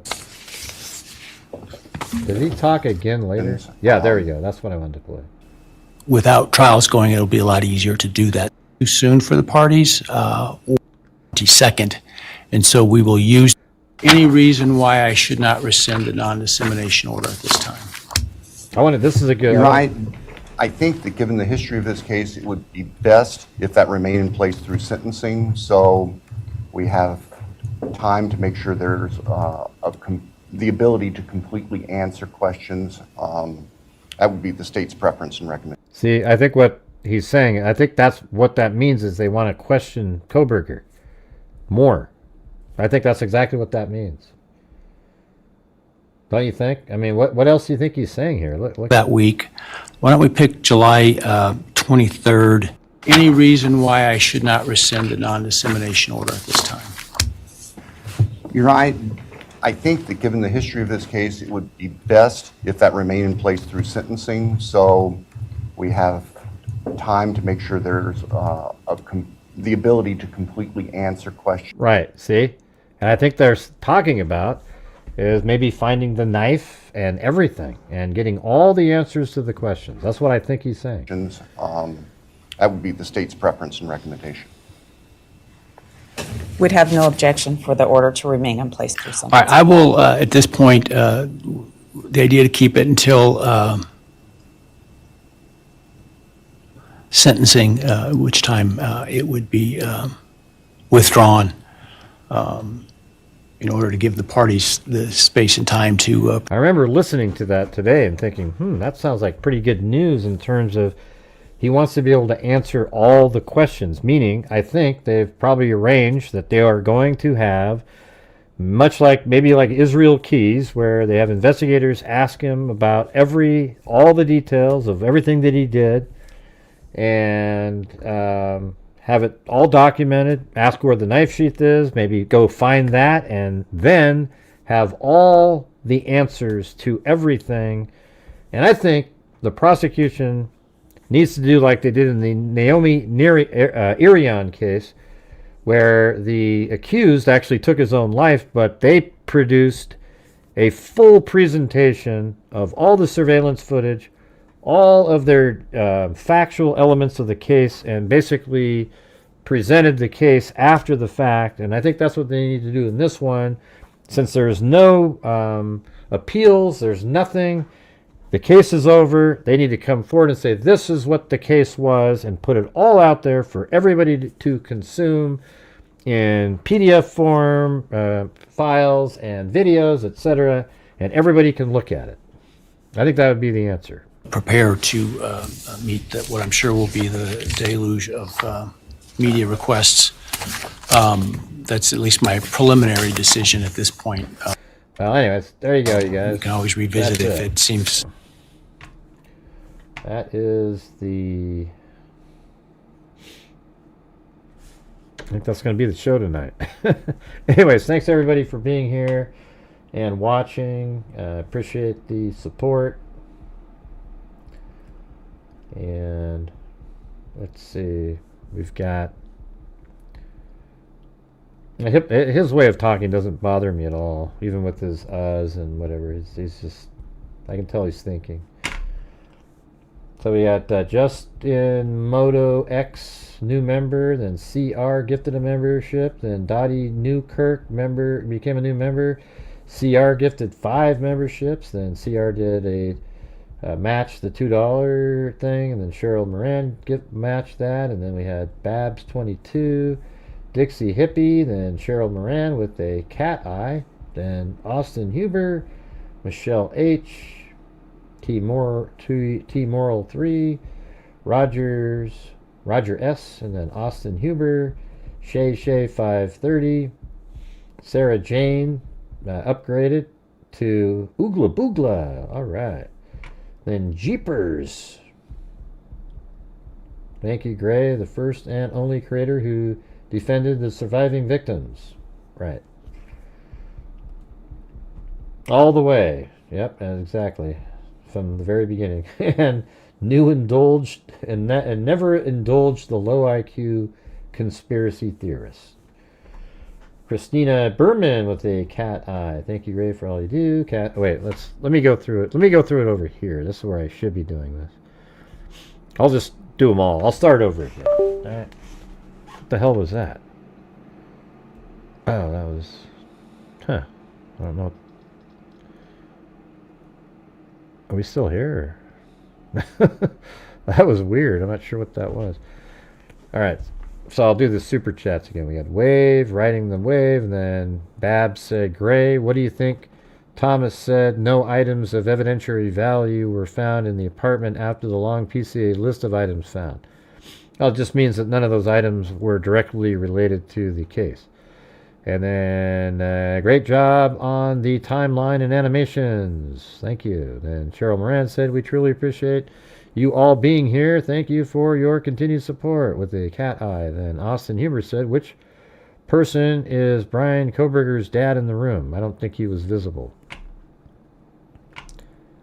Michelle H. And then T. Morrill said, thanks for all your hard work in the case. Well, thanks for watching. Roger S. said, best channel on YouTube. I wish the rest of the people watching on YouTube felt the same way. That'd be cool. Austin Huber, the truth is the truth, and the facts are the facts. Koberger is guilty, and they can't argue that. Hey, it's a rhyme. The truth is the truth, and facts are the facts. Koberger's guilty, and they can't argue that. Good, Austin. That was pretty good. Shay 530 said, we like you for who you are and what you do. Well, thank you. I know, I mean, sometimes I just get in shitty moods, and I don't know. I'm just a regular person. Jeepers said, thank you, Gray, the first and only creator who defended the surviving victims all the way through and never indulged the low IQ conspiracy theorists. And Christina Berman said, thank you, Gray, for all you do. And again, thank you guys for watching. Kathy Friedmaker, then Austin Huber said, bulletproof vests under the shirt. Then Kathy B said, she's been a member for 36 months and typed in the text, $10 for all you do. It doesn't work like that. That's pretty funny, though. You got to admit. See right there? Member for 36 months, $10 for all you do. And then Lanky Tor. And well, the reason I say that, because this is one of those, the membership thing that you type in. Never mind. And then Lanky Tor didn't say anything. And then Lotto Mama. Tania. Are you Tania Animus? Remember that? And Michelle H. gifted a membership. Then M10 said, Gray, we heard today that the sheath was covered in the victim's blood. A few nights ago, you said something about how that might change your mind about a calling card. Yeah, I would think that it would be less likely a calling card if it was covered in blood and everything. Except I still think it could be, And they seem to think the same thing. They said, for some reason, he left it there. And that almost indicates that they're more leaning towards a calling card, don't you agree? To say, for some reason, he left it there. Meaning, he left it there intentionally for some reason. Right? I mean, that's kind of strange. I think the way that's worded leans more towards it being a calling card than it being, accidentally left by a battle.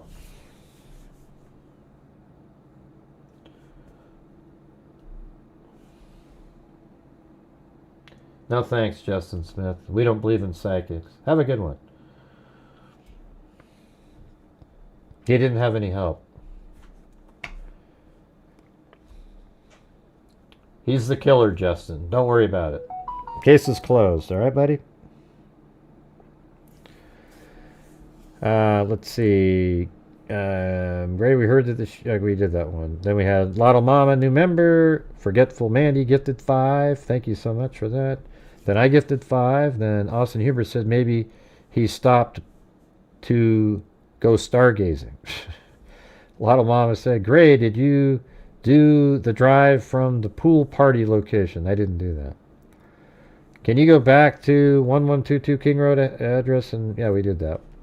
Then M10 said, in retrospect, was Ann Taylor planning more for the penalty phase? Think back. I think she was. Yeah, well, we talked about many times on the show how she is only focused on mitigation because she's given up on the case.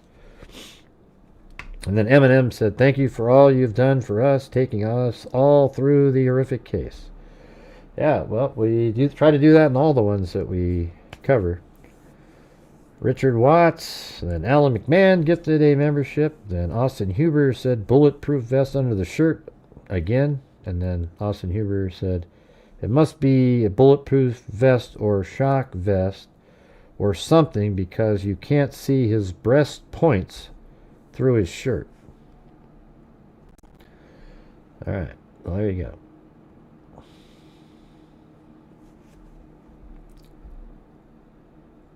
Yeah, she's been really focused in on the mitigation phase. Love you too, Lanky Tor.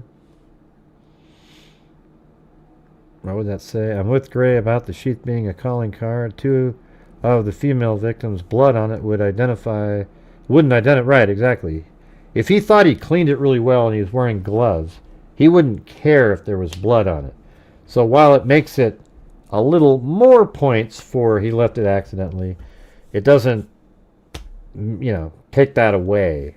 Of course there'd be blood, he leaves it there, there's blood all over the bed, all over the place. But he said for some reason he left it there. Well, what's the reason? Why did he leave it there? What reason would he have for leaving it there? I'd like to know what they think. I bet you a lot of their investigators think he left it there intentionally, maybe even tucked it a little underneath, but visible.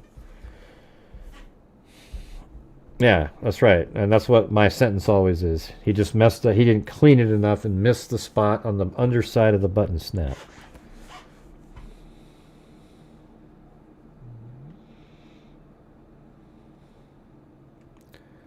Hey, look at that. M10 says, yes, exactly. All right. Anyways, I guess that's it, you guys. So I want to thank everybody for being here tonight. That was fun. We'll see you guys tomorrow, but who knows what tomorrow will bring. All right, so thank you all for watching. And as I always say, until next time, be safe out there. Now, how do I do this? So I go here. What if I just go like that? Now I don't remember how to do this. Oh, wait. That's right. I have to go to me own. That's not how you do it. Oh, yeah. So now I think it's good. All right. The Trigger Bunny. Yeah, I've been doing this true crime thing for quite a while. It's different when you use. And during this whole time, I have not seen one person that is a crime dissector, flag rejector. I'm a certified human lie detector. Gonna get ya on a stretcher if you try and play me like an old projector. Crime sector is my nectar. Professor Gray is gonna give another lecture. Crime collector, freak connector, and I'm always gonna be a pup protector. Full deflector, interceptor, and I'm meaner than a spectre with a vector. All inspector without a spectre. Just remember, I'm a temple fucking Picture. I have no agenda. I'm a agenda. And also the thing is right out of the number. And in the end, I'm gonna send you on a mission to reveal the true offender. Yeah, so I'll just get right back to work. All right, everybody? All right, thanks everybody for watching. Appreciate all the new members, all the support, etc. We're trying to trying to look into what the next case I should do. If you have any, I mean, there's other cases out there. I'm not really a trial. I was just going to do the trial in this case because we're so invested in it. But I'd probably do a Stephen Stearns trial, something like that, because we've covered that one. What's the other one that's out now? There's a couple other ones too. Maybe we could do some of those. Who knows? All right, everybody. Thanks for being here.